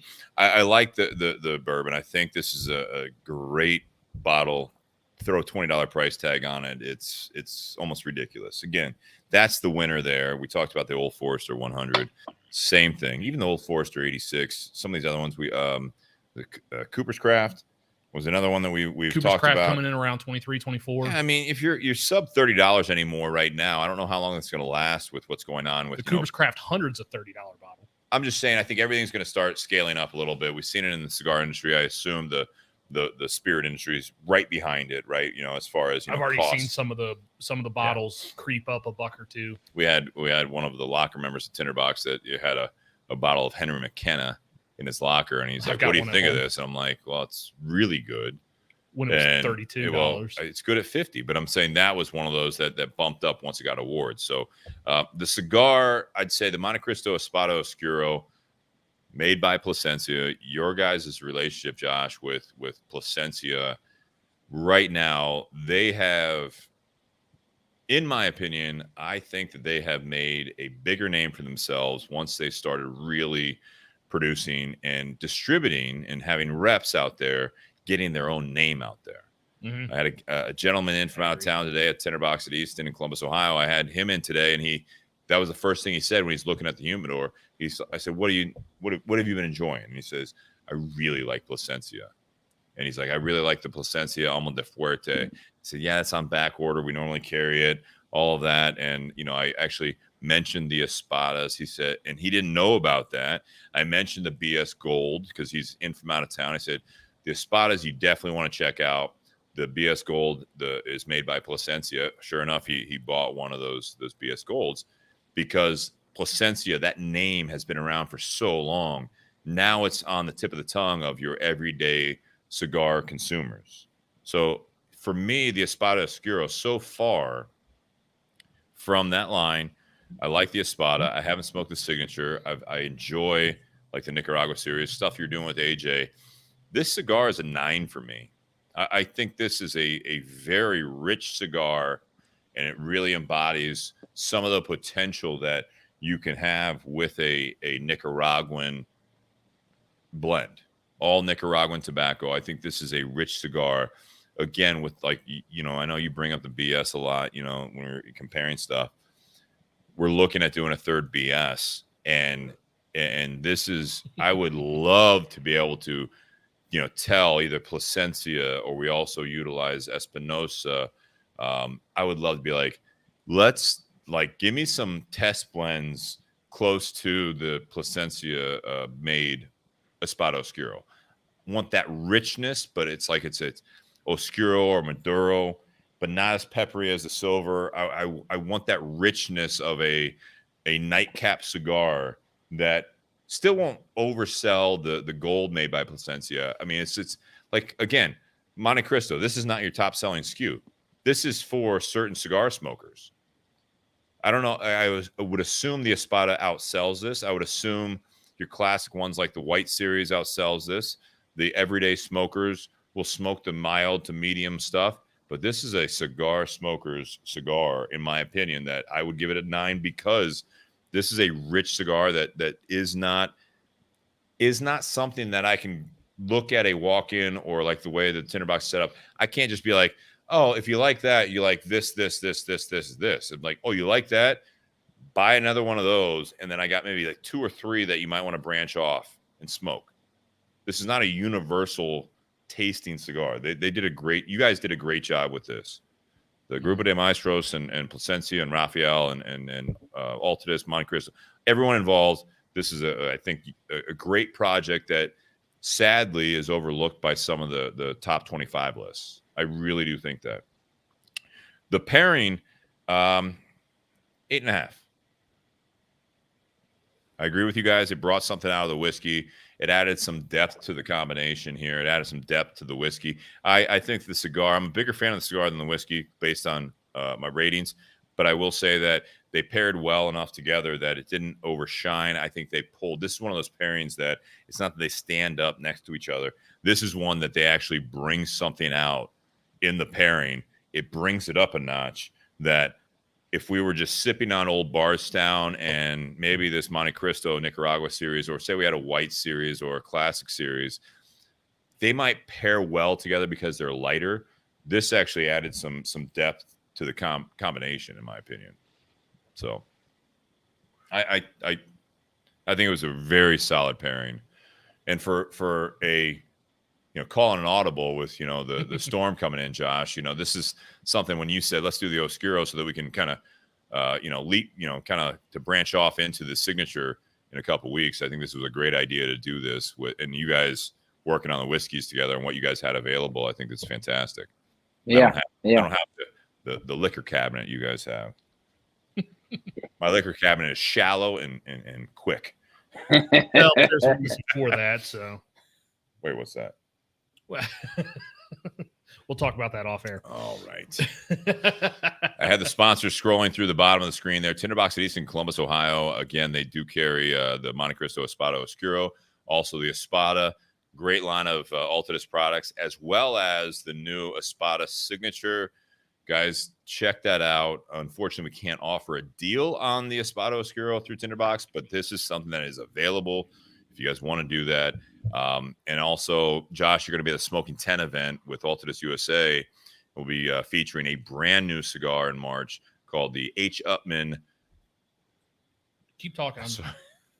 The H. Upman Heritage. H. Upman by AJ Fernandez Heritage. Yes. Absolutely. Yep. Just released the press release. You can see that at Cigar Aficionado and some of the bloggers out there. But going off of what Steve said, in the Tinderbox, one of the sponsors tonight, they do have the newly released Montecristo Espada Signature. We're going to be talking a little bit more about that in 2 weeks, as well as smoking that. It is a true limited edition, making 6,500 boxes, 6,500 boxes, 10 count boxes. You can pick it up at Tinderbox. An excellent cigar. I'm really looking forward to smoking that in the coming weeks. We have was it Valiente? Valiente, the only size. Yep. Yeah. Which is a 6 by 55.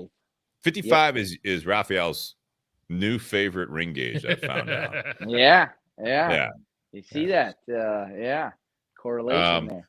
So I also want to thank BS Cigar Company, the gold and silver. The gold, we talked about Plasencia a lot tonight. The gold is made by Plasencia. The silver is made by Espinosa. Check that out as well. Reach out to the podcast or BS Cigar Company or Tinderbox at Easton. Then also buyjack.com/bourbonbs for the shirts. So again, Nate's got on the red. Pour one more. Josh, I know you have a gray one in your Arsenal closet. We got to come up with a more fashionable t-shirt. Do you have it on? It's in there. It's in there. It's underneath the hoodie. All right. But hopefully by the end of today, or stay tuned, I'll post it on the podcast page and also the other media as well, the social media. But like the shirt I have on, the 3/4, the baseball tee, if you will, with the BS logo. I know that's one of the, like, again, BS Cigar Company is one of the sponsors. This is going to be available. The hoodie, I don't know where your blue hoodie is. You got that behind you. The blue hoodie, the black hoodie is going to be available on the buyjack.com. So the way this works, t-shirts, we're sticking at $25 for the t-shirts. The 3/4 sleeves, like I have on with this is going to be one of them. There's a black and gray one. There's also a black and white with gold print for the BS Gold. That's going to be available for the $35.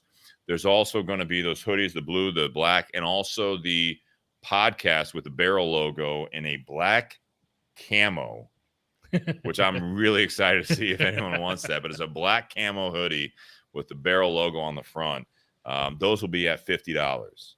And we also have the new charity shirt. It's going to be that Kelly Green, and it's going to be $30. $10 of that price, the podcast will be donating $10 to St. Baldrick's Foundation, which is a foundation for childhood cancer research. So we'll be pumping that up going forward. That's going to be live through St. Patrick's Day and the 10 event. So I'd love to see you guys wearing that shirt. It's for a great cause, and obviously it's super fashionable. I'm definitely going to rock that during the 10 event. Absolutely.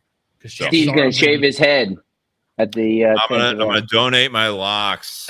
I wish I had more. I'm just gonna buy t-shirts and donate to other people shaving their heads. And do it every day. But guys, thank you very much. Part 1, and again, part 2 is what was it? Is that groundhog full of shit? I feel like you like saying that. So we talk about that part 2 here with Josh. Josh, you're sticking around, right? Yeah, buddy. Perfect. Guys, cheers. Happy Whiskey Wednesday. If you're listening live on the feed, stay tuned. We'll do a quick intermission, and then we will do a part 2. If you're listening to the audio, click over to that. Guys, enjoy your week. Stay safe. Happy Whiskey Wednesday. Being in intermission, I was going to ask Shannon what he thought of the whiskey. I really enjoyed it. It had a good sweetness to it. He really enjoyed it, for those that can't hear him because he's not on the mic. I heard him. Even though there is a studio mic.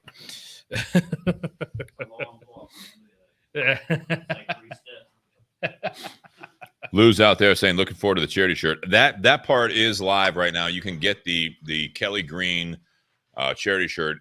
Don't wait on that one, because again, and I'll post it now that we finally switched it over. I think it's gonna be next week. I'll post the $110 that we're donating to the National Breast Cancer Foundation. So we'll post that. We sold 11 of those shirts. I would love to blow that out of the water, not because of the different charities, but now that we're gaining steam, we're trying to get some good communication with buyjack.com. But this is great. Print to order. You guys go on the website and they ship it out.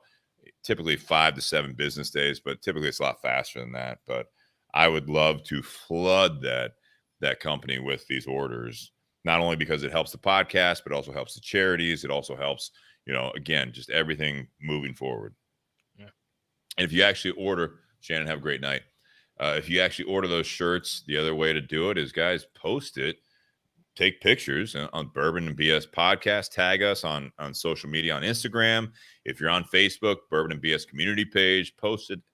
Let's see you guys in the green. If you ordered one of the charity pink shirts for the National Breast Cancer Foundation, make sure you guys, post yourself in the pink. You look great in pink. I'll post one of mine. I feel like I say this stuff and I never posted myself in any of these shirts. So you guys see me in some of this stuff on the podcast, but I would love to get that out there, because again, at the very least, it says pour one more, light up another. We'll figure this out together. Again, these are those types of things that we figure some things out, whether we're sober, we're tipsy, or whatever it is. But this is the whole basis of this podcast, is kind of based around what it is like to hang out at a cigar shop. Josh, you see so many cigar shops, and the one thing that really I feel like holds true to all of them is the community behind it and the guys and the girls that are behind it. Boom. Just bought mine, man. The green one? Just bought my green one, baby. I was going to say, buy the green one now, or if you want to wait a couple days, I appreciate that. And you want to stock up, you can save on shipping. But again, I think if you guys now you got to buy, I want to see a hoodie on you too. All right. You can write that off, right? You can use company card on that. Not the charity one. The charity one's you. I'm not trying to take that away. But again, I'd love to see us. You don't have to ship that, Steve. I can pick that up in 2 weeks. Okay.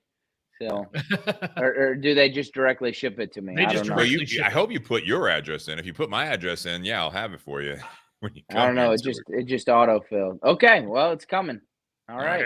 Well, you can wear that. I know if you can build a wardrobe with your wardrobe, which is way beyond my understanding or depth.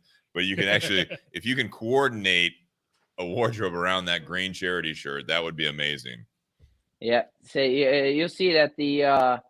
Well, I don't know. I don't know if I'll do it in 2 weeks or if I'll do it for the Smoking Tent event. We'll see. Did you buy one of the pink ones? Not yet. No, I didn't. Are they all gone? I took it down, but I might. I mean, if anyone needs to be wearing a pink podcast shirt, it's Josh. It's gotta be Josh. Yeah.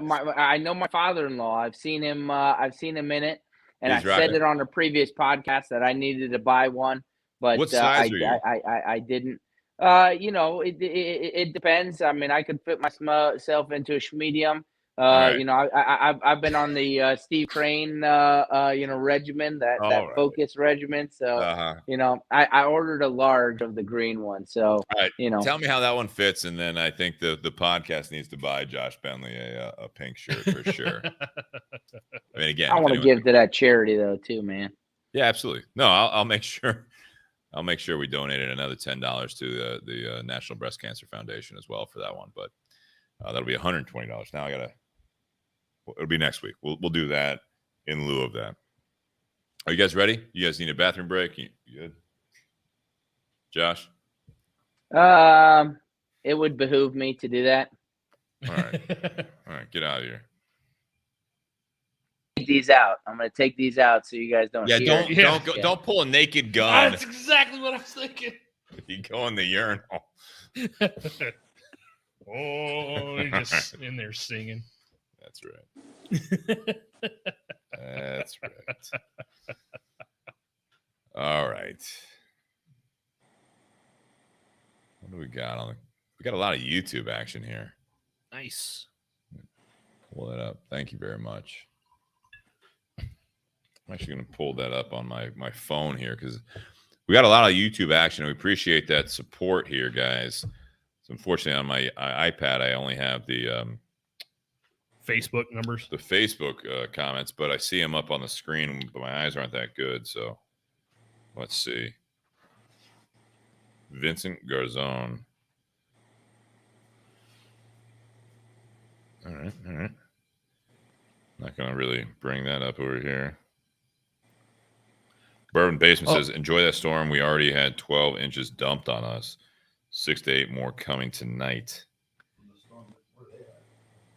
Yeah, where are you at, Bourbon Basement? Yeah, my coworkers in Chicago in our meeting today, they said they had about 7 inches earlier today. So, but no, I think that one person that's flooding the YouTube comments is the same one last week that was just posting a bunch of bullshit comments. Yeah, and Bourbon Basement said, "Well, this went downhill quick." I don't know if they're bullshit, but again, I mean, I think if any of it's true, but regardless, we like having you guys watch, and it's fantastic having you guys support the podcast, and I hope you guys share it.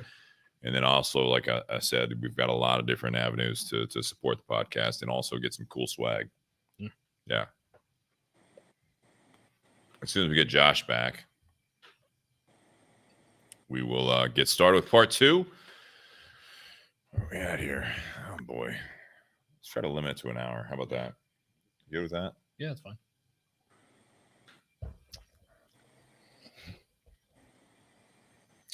Dead air is always good, Good thing it's not the audio. Yeah. Go Bengals. Go Bengals. I think it'll be a similar game, honestly. I think the Rams are going to go up early, and then the Bengals may try to claw their way back. Well, I know the Rams opened up at a 4-point favorite. Last Mm-hmm. I saw was 4.5. Which it's funny. It's played in LA, but Cincinnati's listed as the home team. Seems right. All right. They did not move it to Dallas. They were thinking about it, and then the people in charge of the state of California realized that they were going to lose a shit ton of money, and so they're like, "Oh, we'll change our policies."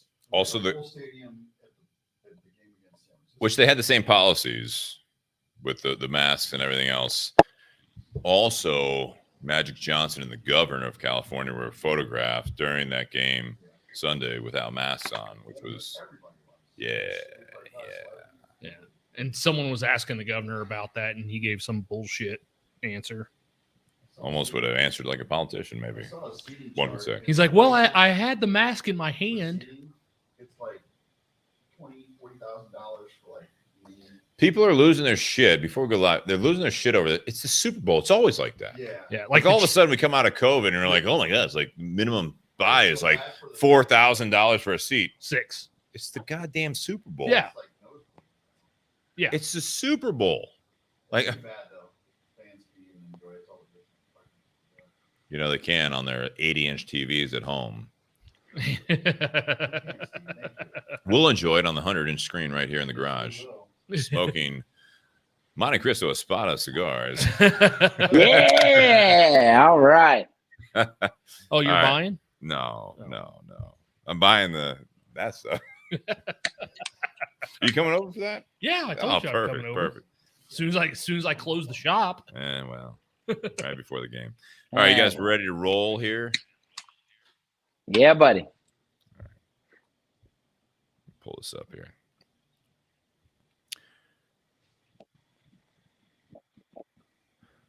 Welcome back to the Bourbon and BS podcast, everyone. This is episode 206, part 2, Beyond the BS. Tonight we have Josh Bentley from Altadis USA, one of our sponsors, and also frequent guests on the show. Nate Hale here. I'm Steve Crane, and we hope you guys are enjoying the show. If you like it, make sure you share it with some friends, whether it be through social media or just tell people about it. We've got some YouTube listeners out there. We've got some Facebook Live listeners out there, and hopefully you guys are listening on the audio. You guys tell people about it. You're driving in your car safely. Right now, we're waiting out a storm here. This is, again, it's February 2nd, 2222. Mm-hmm. And we got a big storm coming through the Midwest right now. Basically, like the whole half of the country right It's now. rained all day, and then temperatures dropping, so it's going to Winter Storm Landon. Winter Storm Landon, I believe, is the name of it. Paul sent out a link to us, and Landed, talked like about- Landed, or Landon with an O-N at the end. They named it. Owen, I believe. Classic Landon. Classic. All right, so Let's that go Landon. landed. That brings up part 2. So if you guys have not listened to the podcast before, I hope you guys are enjoying it. This is where it kind of takes a turn here, Beyond the BS, and this is kind of how it is. Again, end of the day, you guys are hanging out, smoking cigars, drinking some whiskey, and you guys start talking about life, right? I want to thank our sponsors. I'll be brief since some of you guys have been listening the entire time.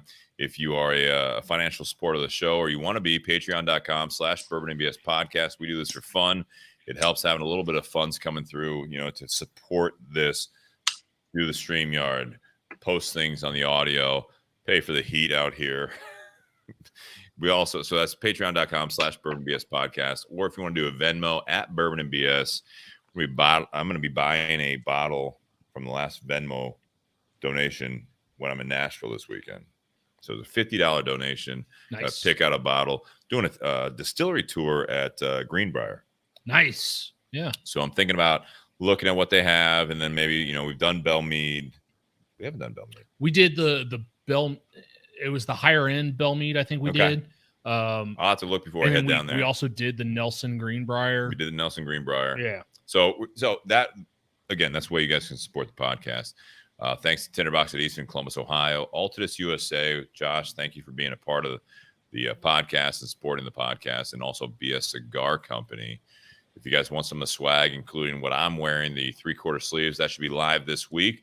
Josh, in the intermission, bought the charity shirt, which is the Pour One More, Light Up Another. We'll figure this out together. The charity Kelly Green one. Someone else bought one as well. Fantastic.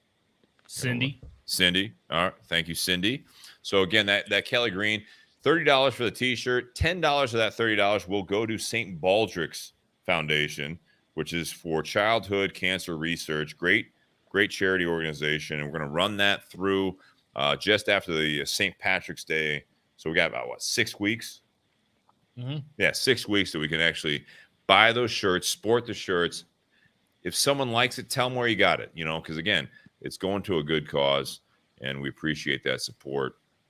We've got some 3/4 sleeves like I'm wearing. I call it Cubs colors. If you're not a Cubs fan, that's fine. You can still rock the gray and blue. There's a gray and black. There's a black and white with gold writing. There's also some new hoodies like the blue and white hoodie, the Nicaragua colors. There's the black and gray hoodie. There is the new Bourbon and BS podcast black camo hoodie going to be out live with the barrel logo. So there's a lot of options for you guys to support the podcast and also rock the swag. Tonight, Beyond the BS, here we go. Is that groundhog full of shit? It is Groundhog Day. Winter Storm Landon. Josh, quick fire answer. Do you blame the groundhog on this? Do you blame the groundhog? I say yes. Which one? Are we talking about Punxsutawney Phil? Punxsutawney. Punxsutawney. And then in Ohio, we have Buckeye Chuck. That sounds right. All right, so you blame the groundhog. Josh? You still there? Can you hear us there? Or is the groundhog messing up your feed? I feel like Josh can't hear us right now, so that's fine. If you want to relog in, I'll get you back on. You're fine. Get you back on. So the whole thing about this, I'm going to read my entire thing here. I probably should wait for Josh to come on here. But so is that groundhog full of shit? So this is going off of basically Groundhog Day, which is, this goes back way, way back as far as, you're going back to the settlers here, right? The German settlers were the ones that actually landed in Pennsylvania, and that's where the Punxsutawney Phil thing all came from, right? You're looking this up right now, aren't you? Yeah, I was looking up the accuracy of Punxsutawney Phil and Buckeye Chuck. Where are we at on that? So Punxsutawney Phil is accurate 39% of the time. I heard that this morning, and I just seems read about right. I just read an article that was published earlier today. Okay. 39% accuracy. Buckeye Chuck, which has been around since I think 79, accuracy 70%. Suck on that, PA. All right. Oh man, Punxsutawney Phil, man, taking it. So basically, if the groundhog sees their shadow, we have they say 6 more weeks of winter, like winter weather, right? And what if they don't see their shadow? What does it say? Early spring. Like 4 weeks? Do we have beginning of March? Do we have parameters on this? I'd have to look that up. Yeah. What classifies as an early spring? Because technically, winter goes from December 21st to March 20th. So this is halfway between the winter solstice, right, and the summer solstice. Yeah, well, the winter solstice is December 21st when it actually becomes right. That's the shortest day. And then it's halfway, I believe. That's why February 2nd is. It's halfway through that period, and so that's where this whole tradition came up. And other. So where was it in Ohio? It was just Lima. No, not Lima. Northern Ohio, but they use a bear for this type of tradition as well. There's a lot of things going on here. Yeah. Now the whole station's in danger. Bears. So what I said is that groundhog full of shit. So to frame this conversation, right? So some of the things I commented, if you guys are seeing the description, are you going to let Phil the groundhog tell you what to expect in this next 6 weeks? This is something that, again, it's a fun tradition there's that great movie, obviously, with Bill Murray that's just like Groundhog Day over and over again, which I absolutely love that movie. See, how do predictions, media, and other outside factors affect your actions going forward? How impactful is someone's opinion on your life? Do you look at outside opportunities and threats on a regular basis? We talked in the previous podcast about SWOT analysis, right? That's a business thing where you can actually turn that kind of inward on your own personal life. Strengths and weaknesses are basically internal factors, where opportunities and threats are going to be those outside factors, which I would say that Phil is an outside factor here, right? You know what I mean? It's literally something that we put out there and we have fun with it. But, you know, some people, I'm not going to say they religiously listen to Phil or Buckeye Chuck, but it's something that they're like, oh man, he saw a shadow, so it's going to be a tough winter. And then we have this winter storm Landon coming through. And that's why I asked Josh, was like, do you blame, you know, the groundhog for this? But I think it's a great conversation for part two, being Groundhog Day right now still, that these are some of those things that it's like, do you let those types of things, Nate, where these predictions or these outside opinions absolutely affect the way that you know, do you take it more inward, or do you say, all right, well, I see what's happening around me and I got to go along with it?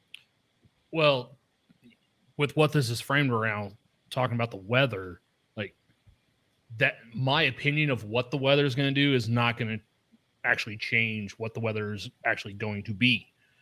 Right. Whether the groundhog sees his shadow or not does not change the forecast in the next 6 weeks. It's just kind of a tradition that people have jumped on, and, you know, in a town like Punxsutawney, PA, you know, there's a big deal about that. You know, it's a small town. It's, you know, it kind of becomes the, you know, the hub of winter, and it becomes national. That's the only time of the year people hear about Punxsutawney, PA is Groundhog It's probably Day. great for tourism, right? You know, Yeah, it's something that held on there. Exactly. But, you know, as we talked about, that groundhog's only right 39% of the time. So obviously, whether he sees his shadow or not has nothing to do with what the weather's actually going to be, because that's not something he can control. Now, I will say, okay, because I was doing some work here, okay? You doing some research back there? I was doing some research while we were talking here, or while you were talking. There's a whole bunch of strange traditions that go behind the scenes of the event. But according to the Punxsutawney Groundhog Club, here are 5 of the most unusual facts. Okay. All right. What's number 1? Are we going 5 to 1 or 1 to 5? Are we doing or is it ranked? I don't think it's in any particular order. I just listed. Okay.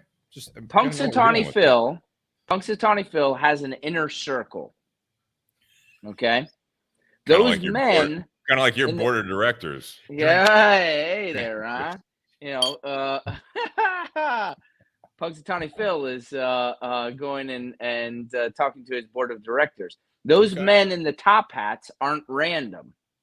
They're called the inner circle. Okay, they're responsible for the planning of the events around Groundhog's Day. It's no small feat, considering the year's events span over a week in Punxsutawney. Okay, it's a big deal, man. Yeah, and they're also in charge of caring for Phil. Okay, so that was number 1. Phil is decades old because of. Well, I'm going to get to that. I'm going to get to that, Steve. Don't jump ahead. They say Punxsutawney Phil's prediction, the inner circle, are 100% accurate. Oh, they're delusional, clearly. It says, let's be clear. Taken at face value, they're not. The predictions are actually wrong more than they are right.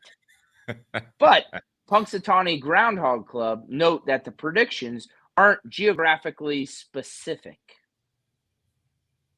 Okay, so this is just for that part of Pennsylvania. If Phil predicts a long winter, that's probably true somewhere in the world.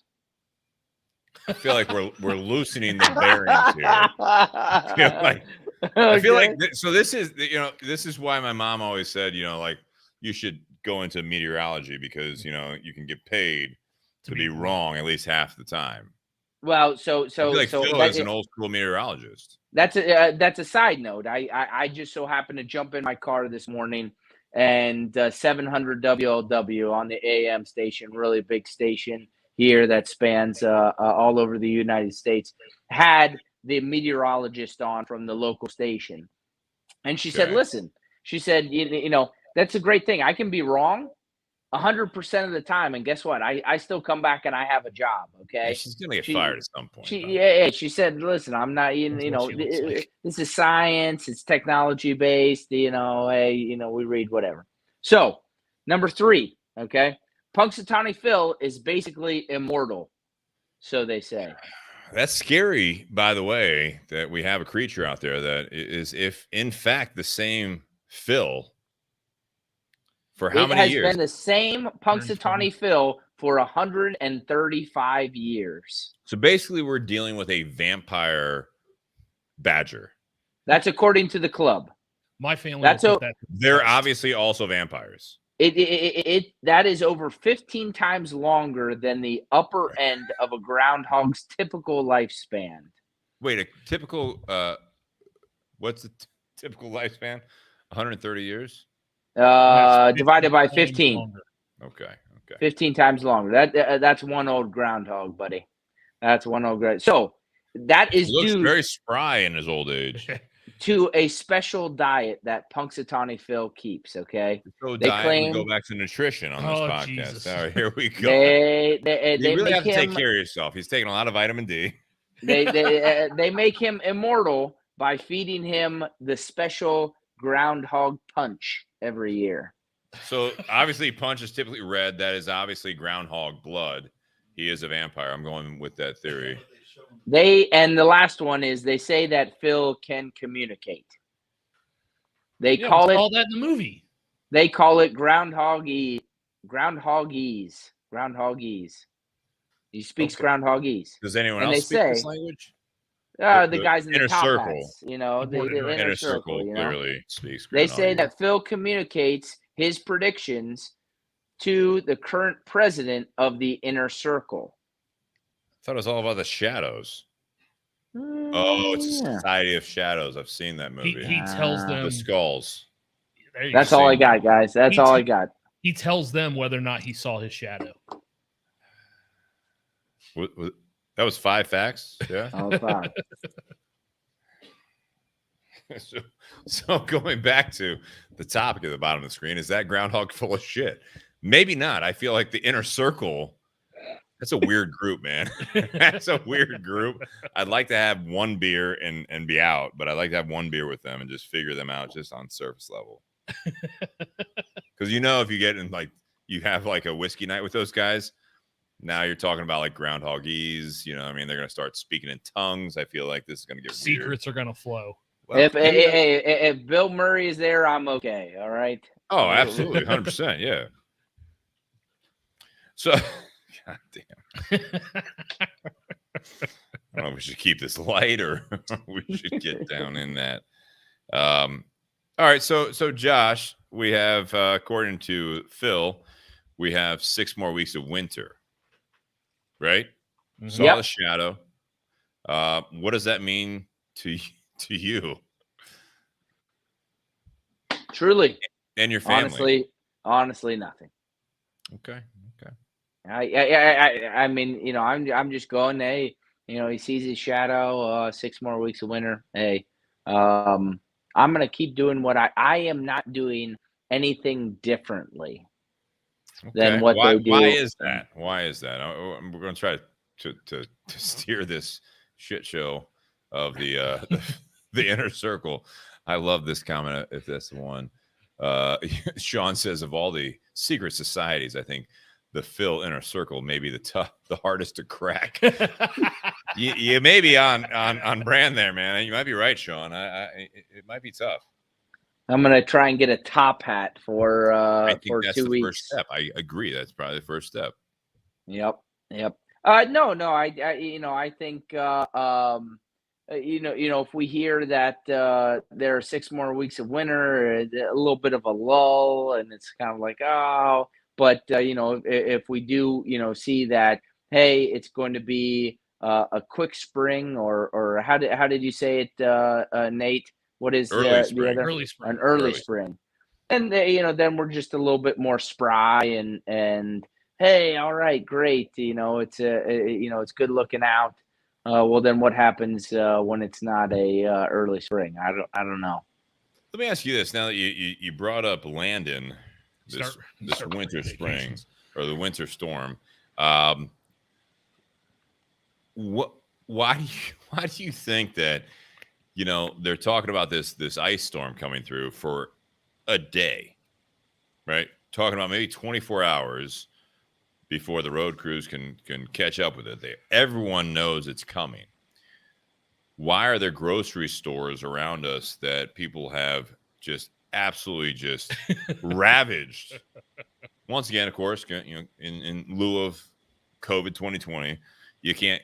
Toilet paper's gone. Paper towels are gone, right? Because you need 96 rolls of toilet paper to make it through a weekend. But it's like, why are people ravaging these stores? Because now there is a forecast for a tough 24-hour period. I think it's just something that people need. I think people They need 96 rolls of toilet paper. No. You took me wrong there. I think that they need face value to thrive off of something, right? And so stimulates them. Stimulates the reaction. It does. Okay. They wake up in the morning and they tune in, right, to their local station or news or what have you, and everybody is talking about the snow ice mageddon, as I like to call it, and it freaks everybody out. And they go, I forget, I Lisa was talking yesterday and said something about the Krogers down this way in Cincinnati were just crazy yesterday, right? That there were like 22-minute lines, I think, of people waiting to get their milk, their bread, and their eggs, right? Yeah. I don't know. People have to have something to do. They're bored as shit.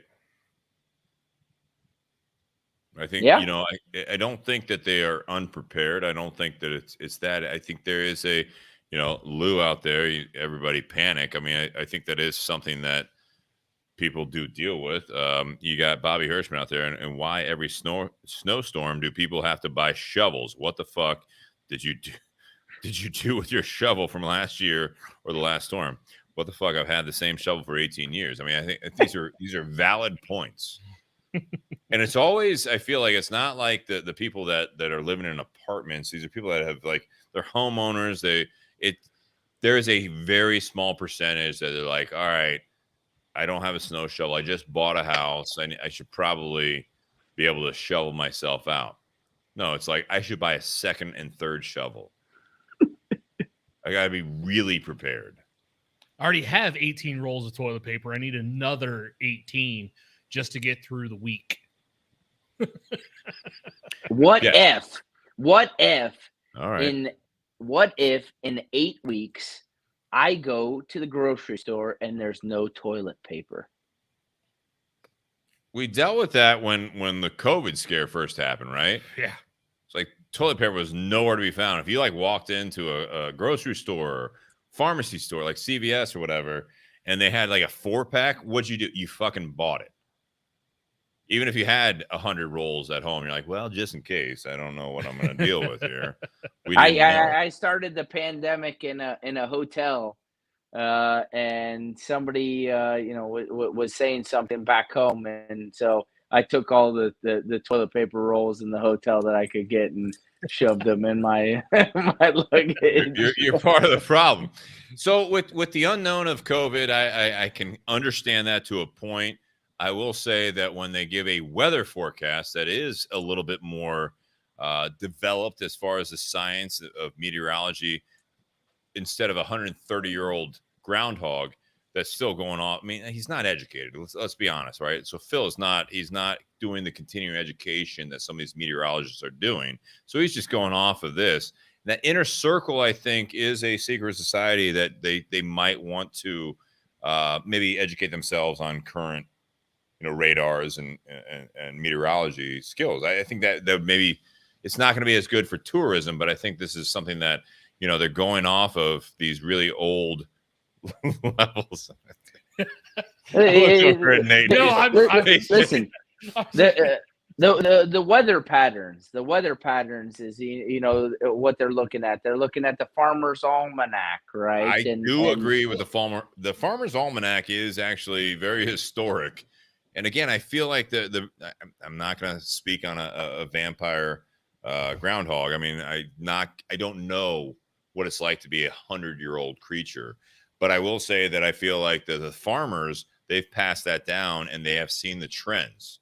You know what I mean? I think that the meteorologists, when the storm was coming through, the winter storm Landon that you're talking about, this is something that a couple days ago, they're like, well, depending on where you're at, you're going to have either 0 inches or 78 inches of snow. Like it could be bad because they still don't know how it's going to work with all the current technology. Well, yeah, so take, for example, last week, I want to say down here in Cincinnati, I don't know how much you guys got up there, but they weren't calling for anything. The road workers weren't prepared. And, I think at the end of the day, depending on where you're at in Southern Ohio, we got anywhere from 3 to 5 inches of snow. Right. I love Sean Anderson's comment right here. It's like, why does the light switch have the words on and off? It's as if I can see the light is on, or I can see it's too dark to read. Yeah, you got to idiot proof some stuff. Sean, you got to idiot. You really have to really preach and produce your lowest common denominator, I think. All right. So it's tradition, Steve. Tradition. You think it's tradition? I do. I'm a guy who believes in tradition. I like tradition. We had you on the podcast. We talked about tradition. Yeah. And I think that I got in trouble with you when we were talking about Santa Claus. And I think that Punxsutawney Phil and Groundhog's Day has long been an embedded tradition in American history, and okay. I think we thrive off that because it gives us something, right? Do you think that that Phil ranks up there with certain other people or characters? And where my cutter? Oh, there it is. Do you think Phil is in the same? Do you think he hangs out with not only with the inner circle, but do you think that Phil knows certain other people like the Easter Bunny and the Tooth Fairy and Tooth Fairy? Yeah, absolutely. That makes sense. That makes sense. Yeah, something to believe in, and tradition, I think, does have a little bit of value there. Huge value. Right. Well, I think it's funny when we talk about the weather, like we always wait and hear what a groundhog is going to say, but yet every year going into December, we always hear those predictions like, oh, this is going to be a mild winter. This is going to be a cold winter. We're going to get a lot of snow this winter. And sometimes it's accurate. Sometimes it's not. They're really just going off of previous data and making the best educated guess they can. Well, I think that we even do that in the everyday stuff, right? Where it's like, oh, well, last year was pretty mild, so we're probably due for a bad winter. We say that all the time. Well, I know when my wife and I went to Florida for our honeymoon, we had looked up like what the normal temperatures are that time of year in Fort Myers. Yeah. And so we packed clothes based on that. And then we got down there and it was nowhere close to what the norms are. And so we actually had to buy some warmer clothes while we were down there because it ended up being a lot colder than typical. Like typically in the time we were down there, it's like upper 70s. Yeah. And the warmest it was the day we got there, and that was 65. The rest of the week it was in the 50s. Right. The second morning that we were down there was a wind chill advisory because the wind chill was 38, which in Florida, like 38, they panic. Got a brace. In Ohio, we're like, oh, wind chill at 38, cool, shorts and a tee. Sean wears shorts all the time. I want to bring this up. Sean, you're in shorts all the time, right? And what were you doing a little while ago? You're warming up your legs with the heater. He's warming up his feet because he's wearing Crocs. Well, so look at this. I have an account that I call on that is next to Wright Pat Air Force Base. Dayton area. And there's a guy that frequents the shops that is in charge of the salt that they need on Wright Pat Air Force Base, right? And so this is a guy who is very tuned into forecasting, right? You know, I mean, that's his job per se. So you really want to know what a winter is expected to be like. Talk to, go to your county and talk to the guy who is supposed to be ordering the salt for the year. I feel like you overbuy on that one. Well, I mean, you don't want to be the guy who underbuys, right? You also don't want to blow the budget. I get that. Yeah. But you ask them, and I believe a lot of the time they go back to the Farmer's Almanac. Again, yeah. All right. So Ray brings up, there you go. Speaking of tradition, is it traditional to have shitty weather in the northern states? I'd say the Midwest as well. Then why are you always caught out by the bad, caught out by the bad weather? He says caught out by the bad weather. I agree, Ray. I mean, this is, Well, so listen. I'll speak to that very quickly, and you tell me what your thoughts are. Where we are is this real odd spot in the Midwest, right? There is some line that goes in between you guys and us. I'm in Cincinnati, you guys are in Columbus. And then, above you, you got the lake effect with Cleveland. Buffalo, right? If you would talk to guys from Buffalo, they laugh at us, right? They're used to it. And my family in Chicago, they're like, oh, I was talking to my mom today, same thing, right? It's like, she's like, well, I mean, because I'm saying, like, why are people freaking out about this? They're saying they'd be like 6 inches. She's like, well, I mean, once it snows, it'll probably be fine. And she's in her 70s. I mean, she's not going to venture out, but she's like, yeah, it's winter. Well, but that's not what's important, right? The snow is not what's important. The odd thing that is coming with this landing is the ice, and that's what everybody, because what precedes the storm and the snowstorm is the ice. And that's what is the most unknown, if you will, right? Yeah. I mean, you can't predict ice, and you really can't mess with ice, because when you have ice, you can drive on snow, you can drive through snow, but ice is so unpredictable, right? You have the black ice, right? If it snows on top and it freezes underneath. I mean, it just, there's a lot of unpredictability, and I mean, that's where it gets scary for somebody who's a road warrior, like myself. It was, hey, do I come up to Columbus and be a guest on the Bourbon and BS podcast? You're still a guest tonight, man. It's well, fine. yeah. I already said it's fine. Out. It's great, and I appreciate that. We'll see you in 2 weeks.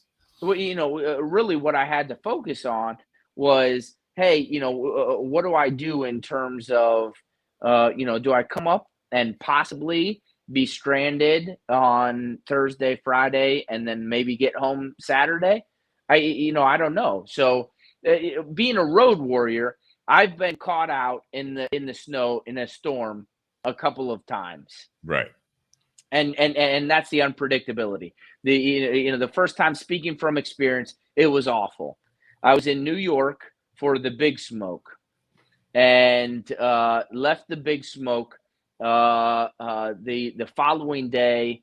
I feel like it was a Saturday, and my boss had an earlier flight out than me. He had a direct flight out from New York to Cincinnati, and I think got home pretty unscathed.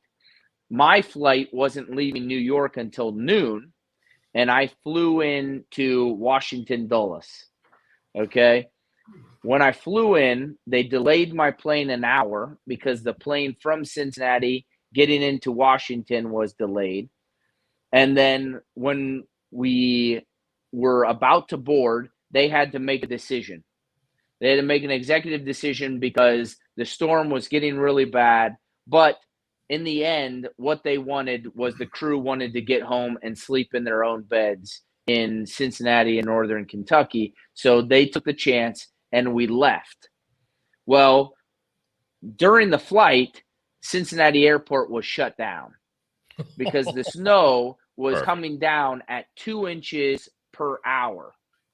And so by the time I got home, there was, I want to say, about 3 inches on the ground, which doesn't sound like much, but 3 inches of freshly fallen snow when the crews hadn't hit the highways yet was terrible. And what was a long-term 45-minute drive to get from the Cincinnati, Northern Kentucky airport to my house turned into a 3-hour and 45-minute trip. Yeah. Right. Of white knuckling the steering wheel and wondering if I was going to get home, and it just wasn't fun. Right. You know, I had something kind of similar a few years ago, back when Jake still worked at the Tinderbox. We were working on a Saturday, and Saturday night there was going to be a bunch of snow coming through, and it was going to start before the Tinderbox at Easton was going to be closed for the night. So and after the night, after the shop closed, the three of us still kind of hung out a little bit, smoked a cigar, had a drink, like we used to. God, I miss those days. And when we finally left, Steve, who had the shortest drive among the three of us, Steve's like, "Hey, text me when you guys get home." That's just him looking out for his staff. And it took me an hour to get home. When I was on the freeway, I never went above 30 because there was so much snow. And, that's where I was driving in order to feel comfortable. What does that usually take you, Nate? It normally takes me about 25 minutes to get home. And it took me an hour. So it more than doubled my travel time.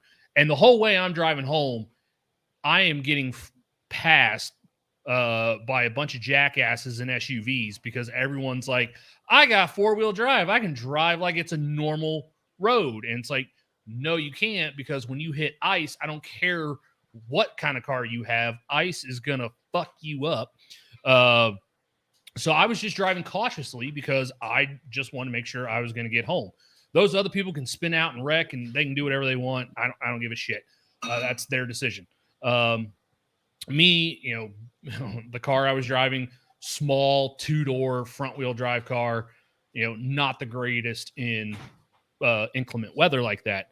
But then Jake, on the other hand, Jake had a Charger with a Hemi rear wheel drive, and he's sitting there like doing donuts the whole time he's going home. And he's like, "This is awesome." And Steve's like, "Yeah, I remember when I was, 23 and felt like I was invincible. Like nothing can hurt me." And it's I don't feel invincible anymore, by the way. No, absolutely not. But no, I mean, it's, showed up to work. I could have sat there and said, "Hey, the roads are going to be bad. I'm not going to come in to work today." But then someone else would have had to show up, and then someone else has got to deal with that. So, that's not helping anybody because someone's still going to have to travel in that weather because, not everyone that works at the shop has the luxury of living a mile away like Steve does. It's like 2.3 miles away. Okay. And I have all-wheel drive. You do. But yeah, no. I mean, so going back to Ray's question is, why is it? Because it's just so unpredictable, I guess, especially in our area where there are other areas where they put chains on their tires and are expectant of this weather.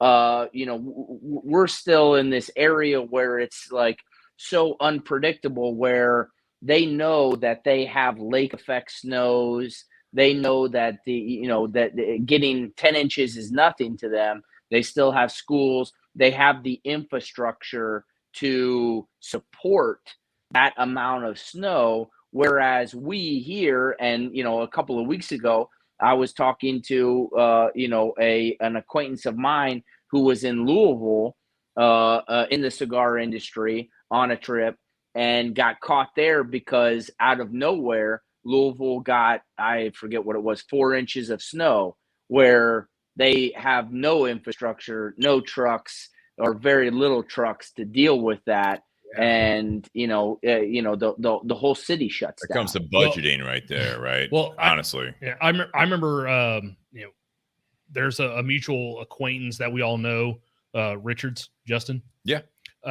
When he was a cigar rep and was living in Atlanta got hit with, for them, what was a bad snow and ice storm where they got like 3 inches and it shut down Atlanta. And Justin, being from Ohio and having a Subaru with all-wheel drive, like, he was literally driving the people in his building to the grocery store and back, because none of them had a vehicle. None of them felt safe driving in those conditions. And he's like, yeah, this is nothing for me. I can sit there and drive you guys wherever you guys need to go. And another friend of mine came across a car that was in the ditch and they couldn't get out of the snow. And they're like, well, did you throw it in 4-wheel drive? And they're like, oh, this doesn't have 4-wheel drive. No, it's an Escalade. All Escalades have 4-wheel drive. And he literally got in the driver's seat, threw it in 4 low, and got the vehicle out of the ditch. And it's like, what is wrong? Like, do you not know? Like, how? Like, why did you? That same instance, Nate, they left their cars on the highway, unmanned, right? Yeah. We're talking about in Atlanta. There were cars on fire. Well, you just had that one. What was it, West Virginia? I-95. Yeah, that's what they're talking about now with what's going on in our area. It was like that's what the news was talking about tonight. Yeah, it was like a 10-hour traffic delay. So people are just like, fuck it, I'm getting out of my car, locking the car, and I'm walking home. Well, I think this is the era that we're in, right? So this is something that I thought about. I was watching the news tonight, before the podcast, and old school way, like, what do you have in the back? You trunk of your car in the winter, right? So they were interviewing like what you should be prepared for. Like, Carhartts, you wear those, like, you have them on right now. So I'm not saying I also have my coat in the car. Okay, I'm saying they're talking about having like water, food. They're saying having blankets, they're saying have those types of things that we used to have. And they added on at the very end, it was like, make sure that you have a cell phone charger that works, because that could be a big difference. Not the I-95 thing where it's like you're constantly you're stuck there. Yeah. Right. Everyone's stuck there. You can call for help, but it is nice to have that lifeline, if you will, no matter where you're at. If you're stranded somewhere and there's not like a lot of people around, but you are stuck in a ditch, you're stuck in the winter, you're on country roads, you can call someone. Hopefully we rely on these things. I think it is important there, but like, even my car, it's all-wheel drive, but it's also, it takes after the European models that I have run flats on my car, right? We have this mentality of as always, the instant gratification. You have the instant, like, something will remedy. We trust that everything will work from an IT standpoint, from a technology standpoint, that it's like, even if I get stranded, if I blow a tire, if I'm stuck in the snow, that someone will come help me. We've lost that to a point, and I'm not I'm really trying not to take this conversation to the last 2 years, but it's like you can prepare yourself for all of these things in your everyday life. So whether or not that groundhog says that we have 6 more weeks of winter or we have an early spring, that should just be a fun thing that at surface level. I don't know what these inner circle guys. I'm still curious about this inner circle you're talking about, Josh. I question these people. I feel like they're probably males. They're probably gentlemen that they it's a very tight knit inner circle that I don't trust them as people. By the way, would you? No. Well, and it's amazing. You know, you talked about it. You brought it up earlier, Steve. So the snow that we're supposed to get later on tonight. And sorry, Ray says you're a naturally unprepared race. Ray, dicey comment there. What do you mean, you people? What do you mean, you people? But no, like talking about Americans. I didn't think that was a race, but it's not. But the Olympics start tomorrow. Well, so listen, you still have people though that have the mentality that, hey, all of this is made up or nothing's going to come true. And what I mean by that is I was talking to an account that will go unnamed south of me that I talked to and was like, hey, well, what do you think about all this and stuff? And he's like, oh, we're probably not going to get half of what they say we're going to get. Right. And that's their mentality the whole time. And so I think it's that mentality that end up getting stuck. Right. And don't have the resources, Steve, that you were talking about, and end up putting other people in danger because they're the ones who end up in the ditch, or they're the ones who end up stranded and need to be rescued by other people that take up the resources and such because they were unprepared, because they say, hey, listen, hey, this is really fake, trying. This is this is not going to happen. We're all going to be all right. They're calling for ice and 7 inches of snow, and we're going to get 2 inches. Well, I was gonna bring that up. Like, how many times do we see weather predictions the day of where they're like, yeah, we're going to get 5 inches of snow, and we get 1. But like, because people hear the 5 inches, they go out and they start clearing out grocery stores. But I sit there and I think, well, wait a minute. Like Steve brought up, people clearing out grocery stores because of the weather that's coming tomorrow.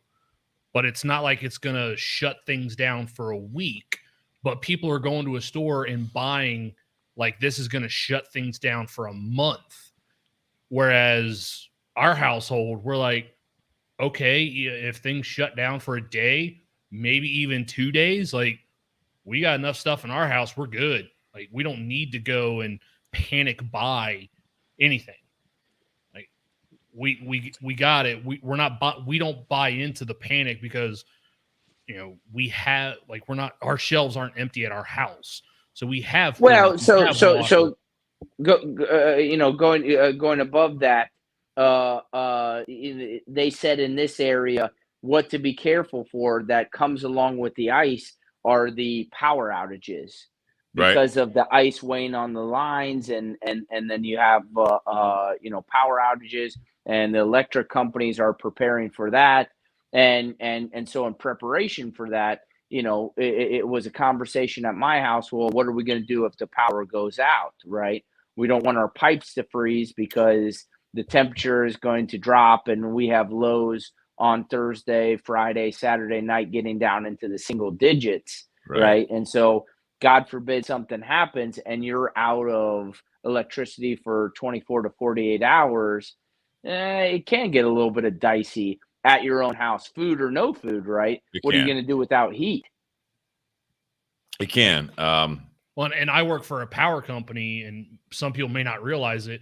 Power companies also employ meteorologists because they start relaying information to other divisions of the company to prepare for stuff like this. So as Josh brought up, like the ice and snow on the power lines, like we have already dispatched crews into certain areas, and they're staying in those areas overnight.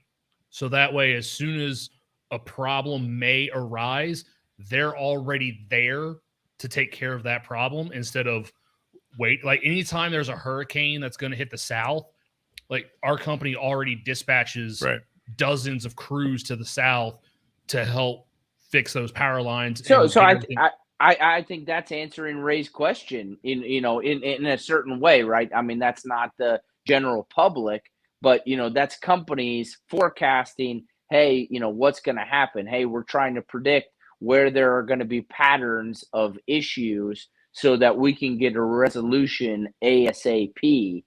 How do you do that from county to county, right? I mean, you can't fight ice, right? So in preparation today, what did I do? I went out and I bought a couple logs, right? Fire starters to add to the wood that I already have, right? In case the power does go out. I went out and I bought ice melt. And so I'm having a conversation with the guy at the general store who, is like, well, what are you looking for here? Well, I can't prepare because like Nate had said earlier, we've had, almost 36 hours of straight rain, right? So you can't put down ice melt because, that's going to be washed away by the rain. And, you can't prepare for ice, which, I think there's a consistency thing, and that's where I go back to this. And we talked about the weather a lot tonight, and I think this is a mentality thing. And so with the topic being is that groundhog full of shit is you hear these predictions, but even with this one right now, where we're at in the Midwest, or like Texas, Bobby Crow was commenting earlier, and I know Herring was down there. Jonathan Herring who's with Forge Cigars. He was down in the Texas area, and they actually had stuff not predicted. They were warned a bit about it, but their power was out for a long time, and the news didn't cover anyone that didn't survive it. We are fortunate enough this is a major inconvenience. But I also look at the sense of human nature is that, Josh, you went out, in the last day or so that you prepare to get through a few days. There are other people that they panic. And a lot of times, Nate, you're talking about this, that you have prepared your household, and some people, to the extreme, they have like a bomb shelter in a sense, right? You know what I mean? But, people are like, yeah, if something just happened tomorrow, I have enough food. I have enough bullets. I have enough, Are we talking about preppers? Preppers. I have enough. Sean Anderson's out there listening right now. They're talking about, the fact that, he's, talking about generators. I mean, I see those generator ads on television. I think that's great. I don't think that. I live in the Midwest. Well, going off of that, Steve, the generator question. I went to an Ace Hardware before to get some of the fire starter logs that I got. Couldn't find a generator. That's what he said. That's the exact thing he said. You wouldn't believe. He said I had 15 people come in and ask if we had generators. If we had generators, he said, I would have been able to make some great sales today. But the mentality is not there, not only from the consumer standpoint, but the same thing from the retail side. He doesn't want to have that cash flow out there to just in case have this happen. What if it doesn't land? Yeah, it's just sitting there because people don't think like that. The consistency side of it is that you would have the generators no matter what. You would have the food. You'd have, you know what I mean? Like go back to like the toilet paper thing.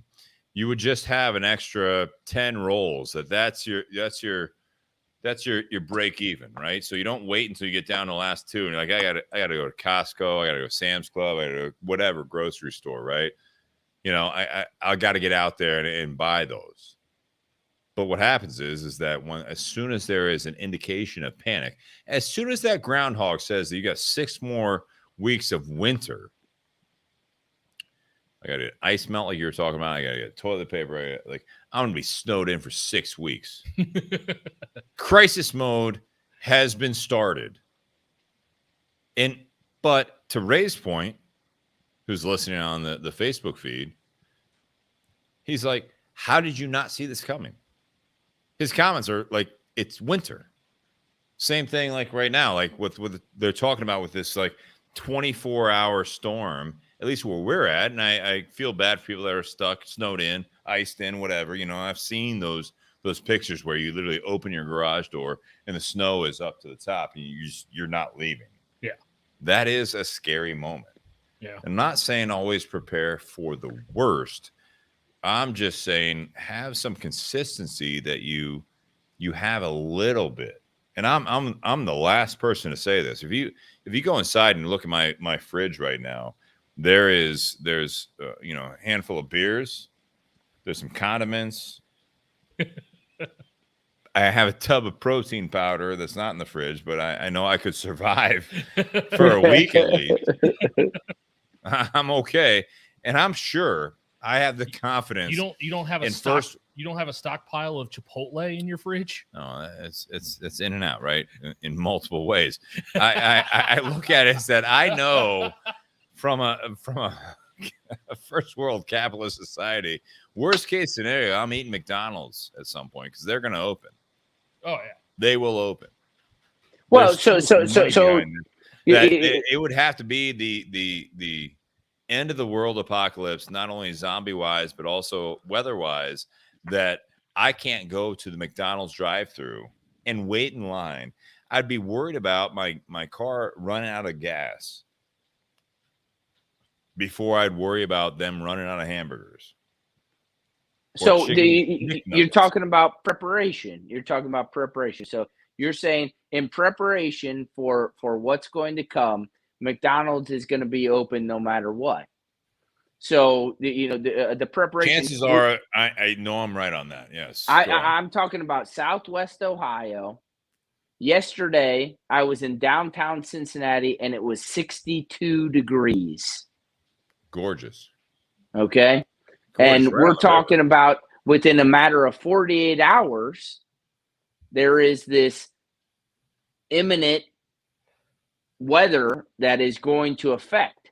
So much so that I talked to the single biggest liquor store in the nation today.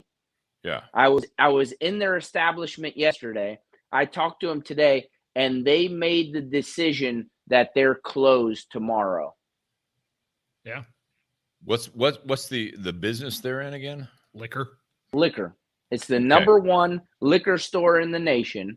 So they're only closed on Christmas Day. That's their only day of the year that they're closed, and they are closed tomorrow. I understand what you're saying, and we had that comment today in the cigar shop that they were buying. It was pretty steady in the cigar shop today. Is that they were hitting the cigar shop and also the liquor store because they might be snowed in for 2 days, and they want to make sure that if they're snowed in, they have their booze and they have their tobacco, right? Yeah. These are family men. they have families, right? The kids aren't going to drink the booze. Maybe they will. I don't know. There's a little bit. We have the mash bills of these things. There is a bit of water in there. It's not going to hydrate you a whole lot, but I mean, it's going to dehydrate you. Yeah, probably dehydrate you. If my pipes freeze, now we're talking about crisis. But the good news is that luckily living in a first world country like USA is that we have this kickstart back up, right? Something's going to happen. And I feel bad for when natural disasters happen, like hurricanes and FEMA has to get involved and you can't get water. Us in the Midwest, and so those listening outside the Midwest or outside the country, like Ray, you're absolutely, he knows because he's been here, is that I do, and I think a lot of people have this faith to a point that it's not going to be 7 days. There will have to be something that is unprecedented that we did not see coming that would lock shit down?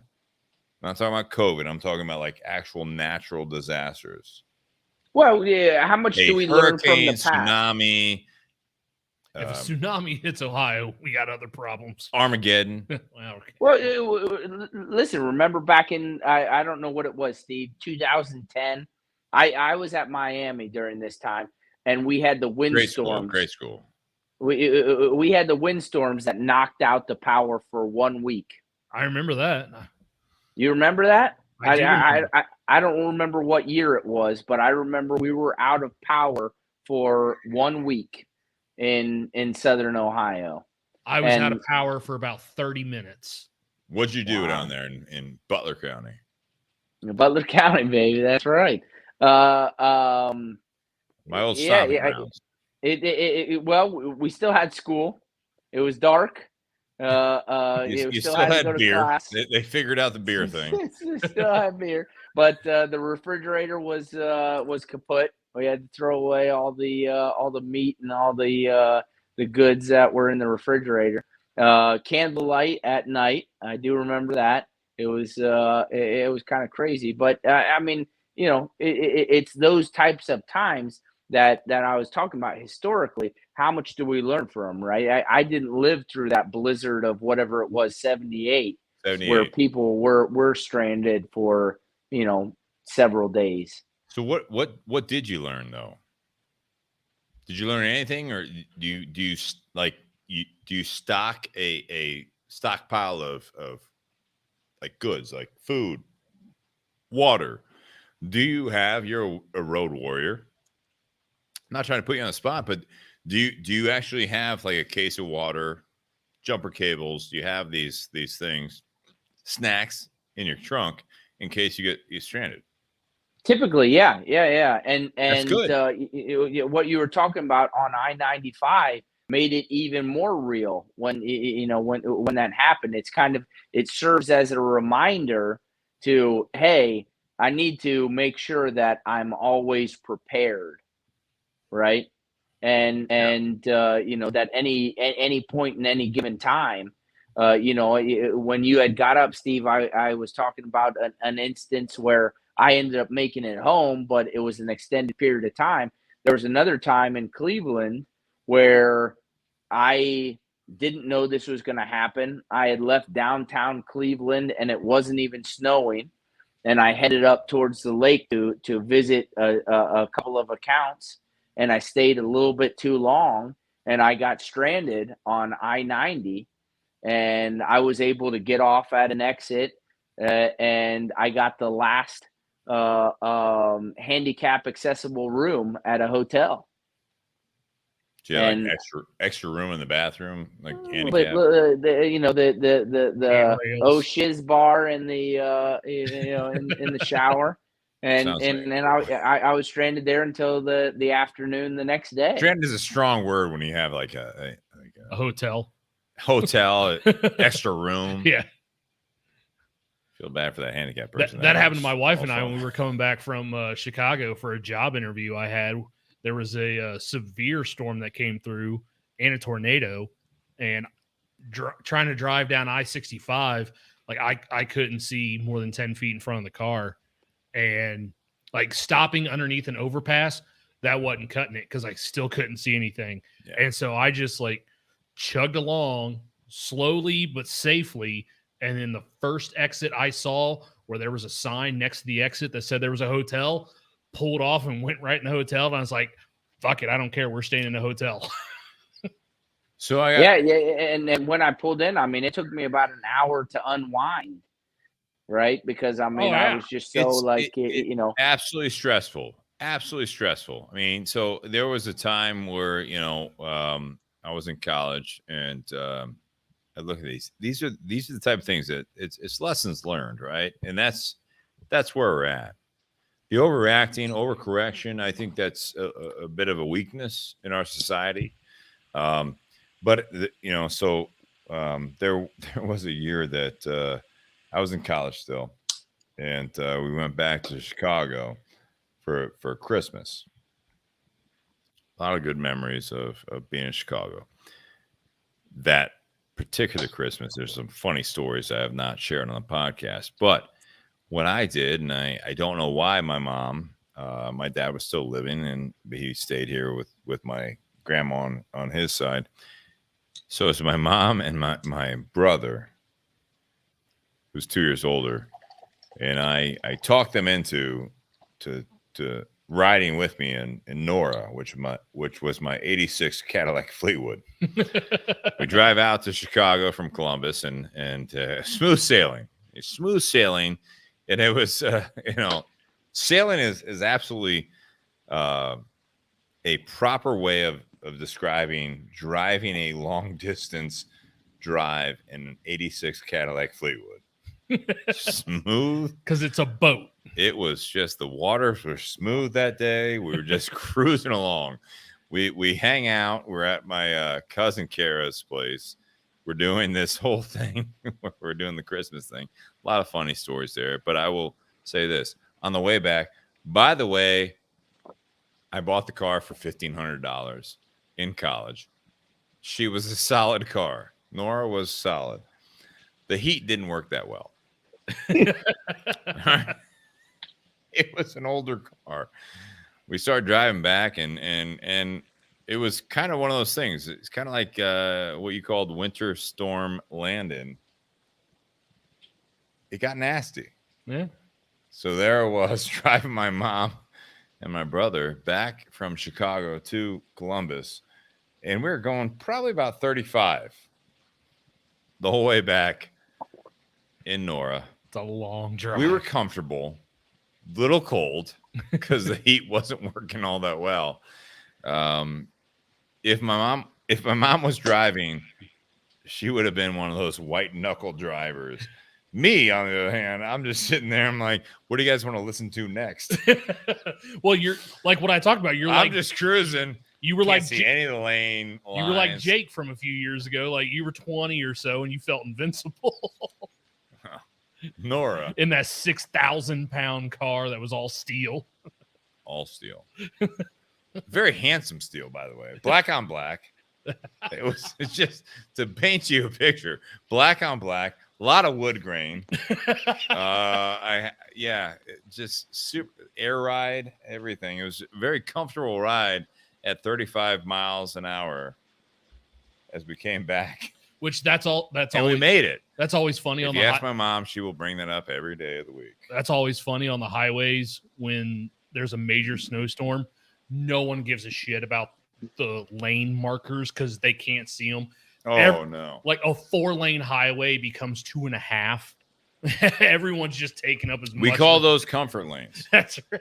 We call them comfort lanes. No one wants to pass anybody because they feel like they're being a jackass or unsafe if they pass a single vehicle. So I'll say, all right, so this is how we'll tie this in towards the end of the podcast is that, if you're actually taking care of your vehicle, you're taking care of yourself, you're taking care of the people around you, is that when things like this come up, there are some comfort lanes.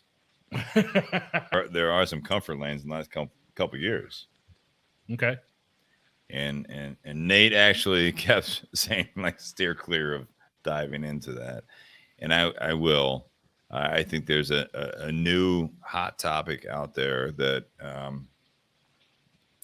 I be happy to talk about, but I don't think we need to talk about tonight is the new term of misinformation. That was one of the ones that was on my list tonight and back in my mind of, is the groundhog full of shit? Is that there is a little bit that everything's always changing, but the lesson is that you always want to prepare for the things that health wise, driving wise, your house, your home. If you don't own a house, if you live in an apartment, if you live with other people, don't necessarily abide by the current status of if we learn anything from the last couple of years is that you shouldn't live day to day. Give a little bit of a leeway out there that you have this, that if things change overnight, you can survive not only like through nutrition, like eating, you have food, but mentally and physically that you have these things. I learned a lot from the COVID 2020 thing, where it's like everything shut down, the gym shut down, the grocery stores were cleared out. This shouldn't be anything new to anyone, but it was something that we never saw before in our generation. So, you know, Josh, you're in your 30s, right? Nate, you're in your 30s. I'm in my early 40s. But even like my family that's in their 50s, 60s, 70s, whatever it might be, we learned a lot that these outside things, like I look at it as like, you know, is that groundhog full of shit? I look at it as like these outside factors, they were just emblazed upon us that we had to react from it. Initially, there was something that we were just coasting. And I look at this is that even today with this winter storm in our area, and I love the comments, you know, from Ray and Sean and other people that they're like, are you not prepared for this? People aren't. They get so subdued into the everyday life that they are in this routine. You know, I'll say this, right? So Josh, you know that you probably saw it today. Nate posted something that he loves the fact that the coffee that he subscribes to came in on a podcast day, right? There are people out there, they don't have any coffee in their place. They don't have any food, nothing. I am very much I'm a person that actually relies on things being open. But coffee drinkers out there that buy their Starbucks every morning. If Starbucks closes down, where are you getting your coffee? What do I do? What do I do? I don't fucking know. I'm not saying you never go to Starbucks. I'm not saying you never go to your local coffee shop. I'm not saying that. But if your day starts with caffeine, at least if you're a Starbucks drinker, get a bag of coffee that you put in your cabinet. That if the world shuts down, if the zombies start attacking, they're like, all right, I got 5 days of coffee. You know, it's something that there's something involved there that, you know, if Phil the Groundhog says, screw 6 weeks of winter, not only did I not see my shadow with his inner circle in his ear, which I appreciate you bringing that up, Josh, is that if his inner circle saying, hey, Phil, shit's about to get real. But just act like a little bit fun, you know, like normal groundhog stuff. But if Groundhog Phil says, hey, everyone, I imagine this. I think this could happen someday. You know what I mean? But like the science that we have behind it and the DNA that we have behind it, you know, it's just next 6 weeks. I feel like you guys need to really stay home, take care of yourselves, take care of your loved ones. Not even fun anymore. But I think that you, Nate, you would have coffee, you have a little bit of food, and you would be able to sustain yourself for a couple of days. That's what we're dealing with in the Midwest. Yeah. Like, it's not the end of the world. You're not going to clear out the toilet paper at the grocery store. Yeah. But I mean, to your point, Steve, it's a great point.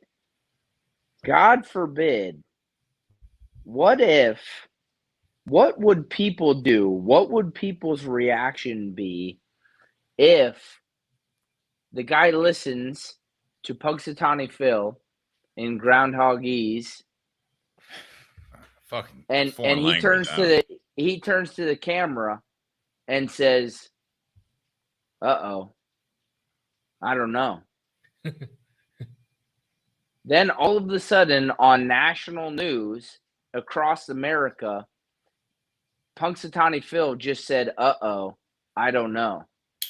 As soon as I that think- groundhog says that there is an asteroid headed to this Earth, we're gone.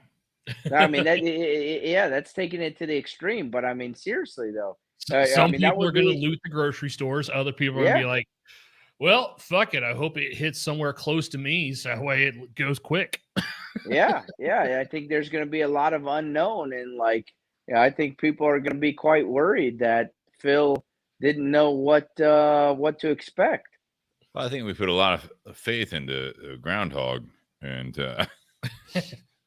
And he's full of shit people were joking because he's today. wrong 61% of the time. So much. He's right 39% of the time.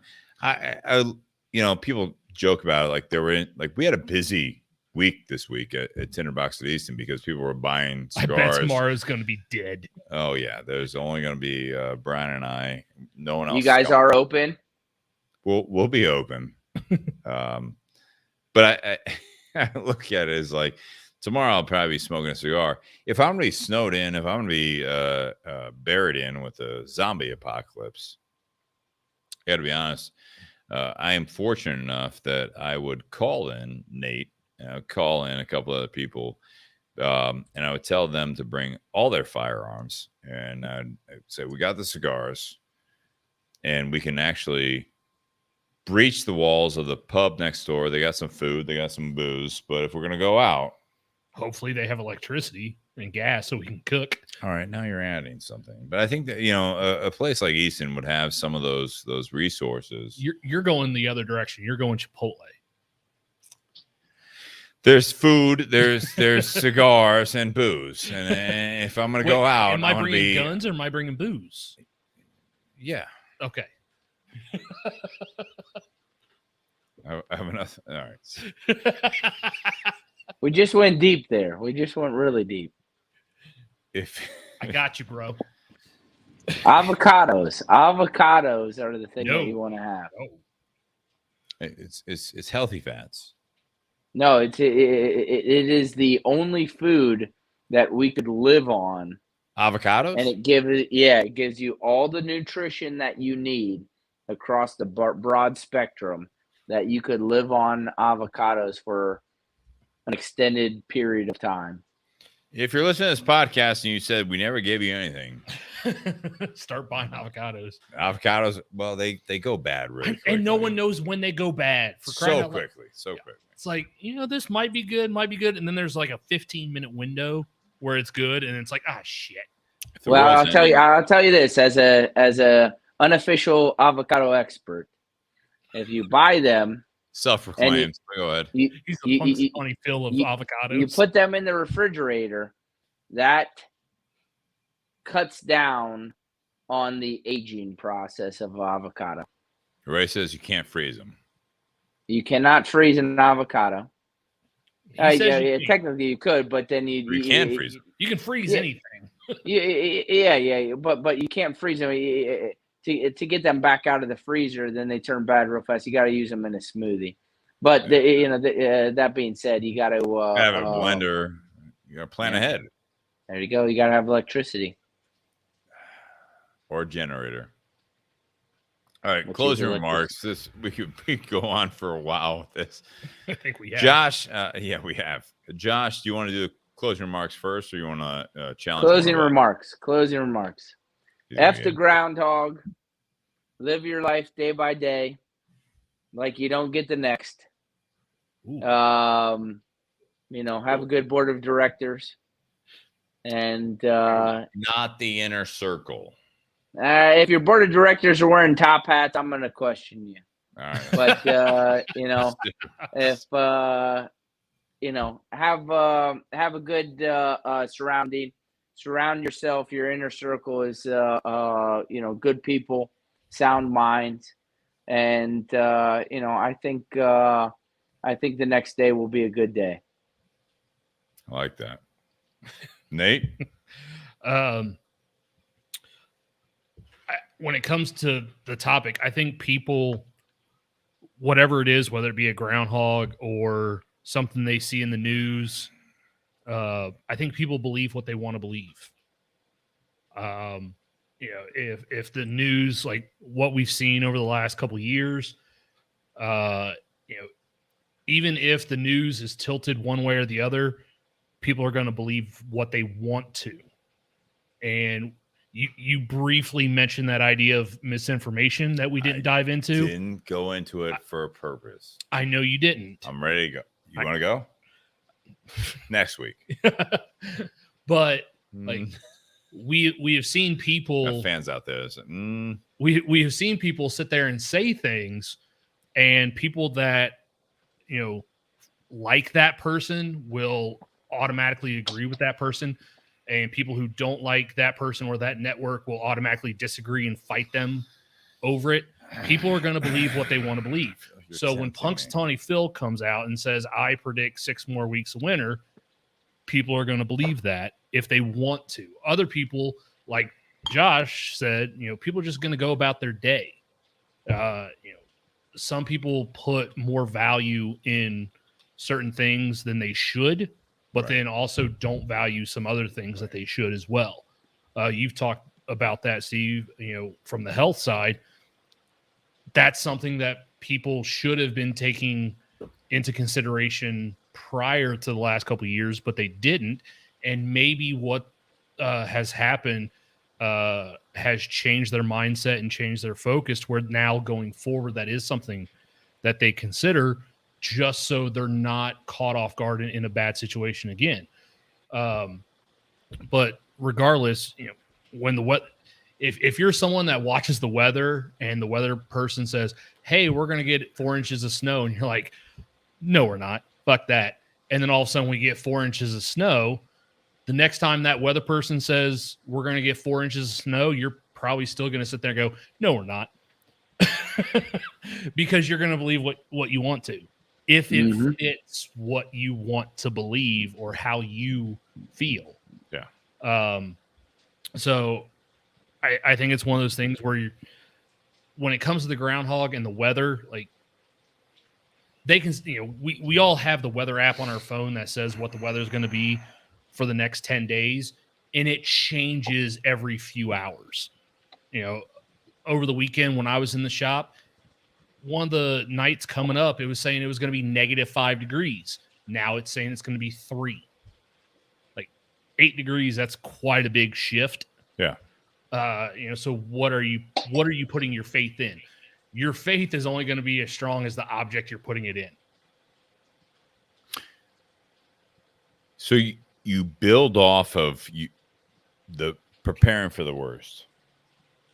That's a sound mind. That is a strategic way of living your life. Is that you build off of these things that might come down the pike, right? So you build off of that. So what we talk about this, and like Ray not being in the country anymore is, and you got Bobby out there down in Texas. It's like you should probably have a shovel. You should probably have a remote start if you can get a remote start. You should wake up early. You should do these things that if the weather gets bad, if things go bad, you should be prepared for it. You should. You talk about the health side of it. We were very exposed to this recently. I'm not going to dive into it, Nate, that, I want to, and that is when it comes to the health stuff. And Josh, you had when you broke away from the cigar industry at one point, it was very health oriented. There's science behind certain things that we know about with meteorology, also from a health standpoint, that there is so much basis of these decades of what prepares you for things that could happen. We're of the society that when a storm is coming, that you're going to want to go to the grocery store and prepare and buy all the toilet paper, all the meat, buy everything that you can get your hands on, just in case.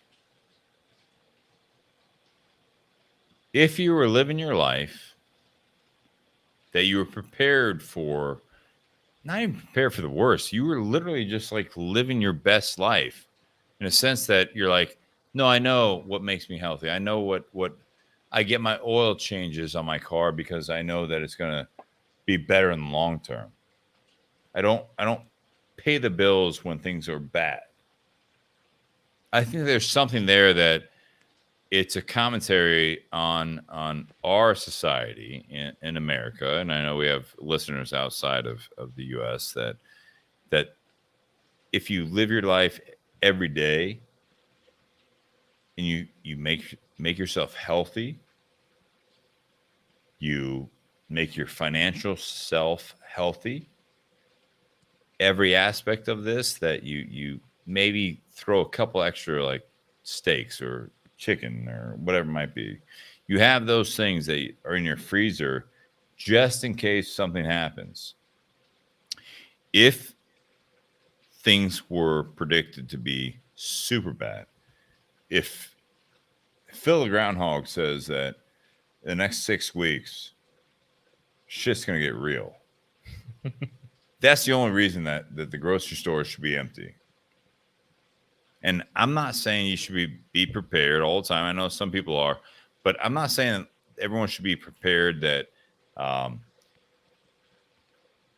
give yourself a financial, physical 6-month period that if the whole grid goes off,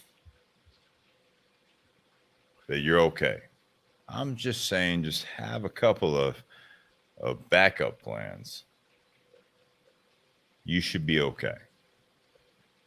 Because I do rely on the people in the society to be supportive of each other.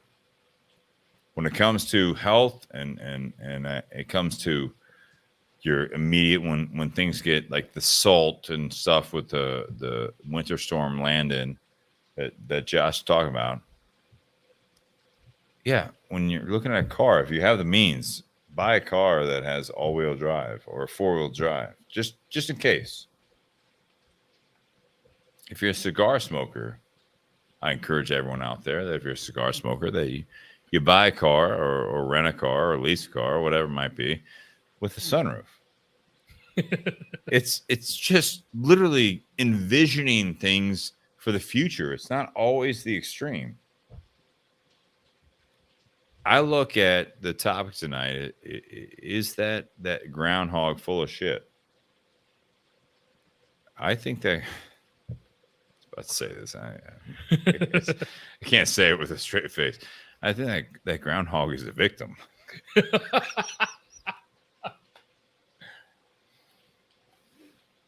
Punxsutawney Phil, that inner circle is taking advantage of you, and they're. I can't say this straight face. I think I'm impressed you tried. That inner circle that Josh is talking about is taking advantage of you and projecting their inner circle. I got nothing. They're not paying attention to the groundhog. They're telling the people what they want. That poor groundhog. He's a victim. He's just living his best life. Yeah, just keep Punxsutawney Phil away from Bill de Blasio. Wow. Drinking that groundhog punch, baby. If we could all drink groundhog punch. I tell you what, Josh, in 2 weeks, if you bring some groundhog punch. We'll feature that. Groundhog punch. I don't call on PA anymore. I don't call on PA. We have some connections. Bobby Hirschman. Ship us some groundhog punch. No, it's a fun topic. I do think that, all things considered, I think that it comes back to that you have to really reflect on yourself. That it doesn't matter if in this scenario that the groundhog predicts a 6 weeks of winter, if the outside threats and opportunities, they're predicting these things, whatever you do with career-wise or someone outside of your, your trusted circle says that you're doing something that is questionable, I think it always comes back on you. And I really think that if you're constantly working on yourself, that you can take all these outside factors as a reference.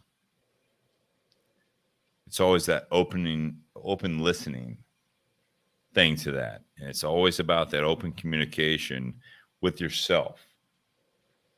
If you're always projecting or saying that the things that you believe is right, you will suffer. You'll be short on your beliefs. If you're just introducing your outside influence, like the Phil, the Groundhog, you will be short as well. I think there's this open communication. I think it's an open thing that Josh, you talked a lot about all these things tonight when you're talking about even the weather stuff. You can either be that person that goes to the grocery store and just stocks up, or you can just bear down and you can actually take care of yourself and your family, your significant other, whatever it might be, and you can be prepared for the reality of it. A little bit of grace on if it gets worse. Don't overextend yourself.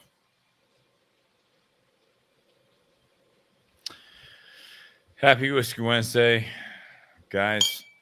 Josh, we'll see you in 2 weeks, right? Yeah, bud. Absolutely. Look forward to it. Stay safe. You guys too. Cheers. Cheers. Everybody out there. Be well. Drive safe.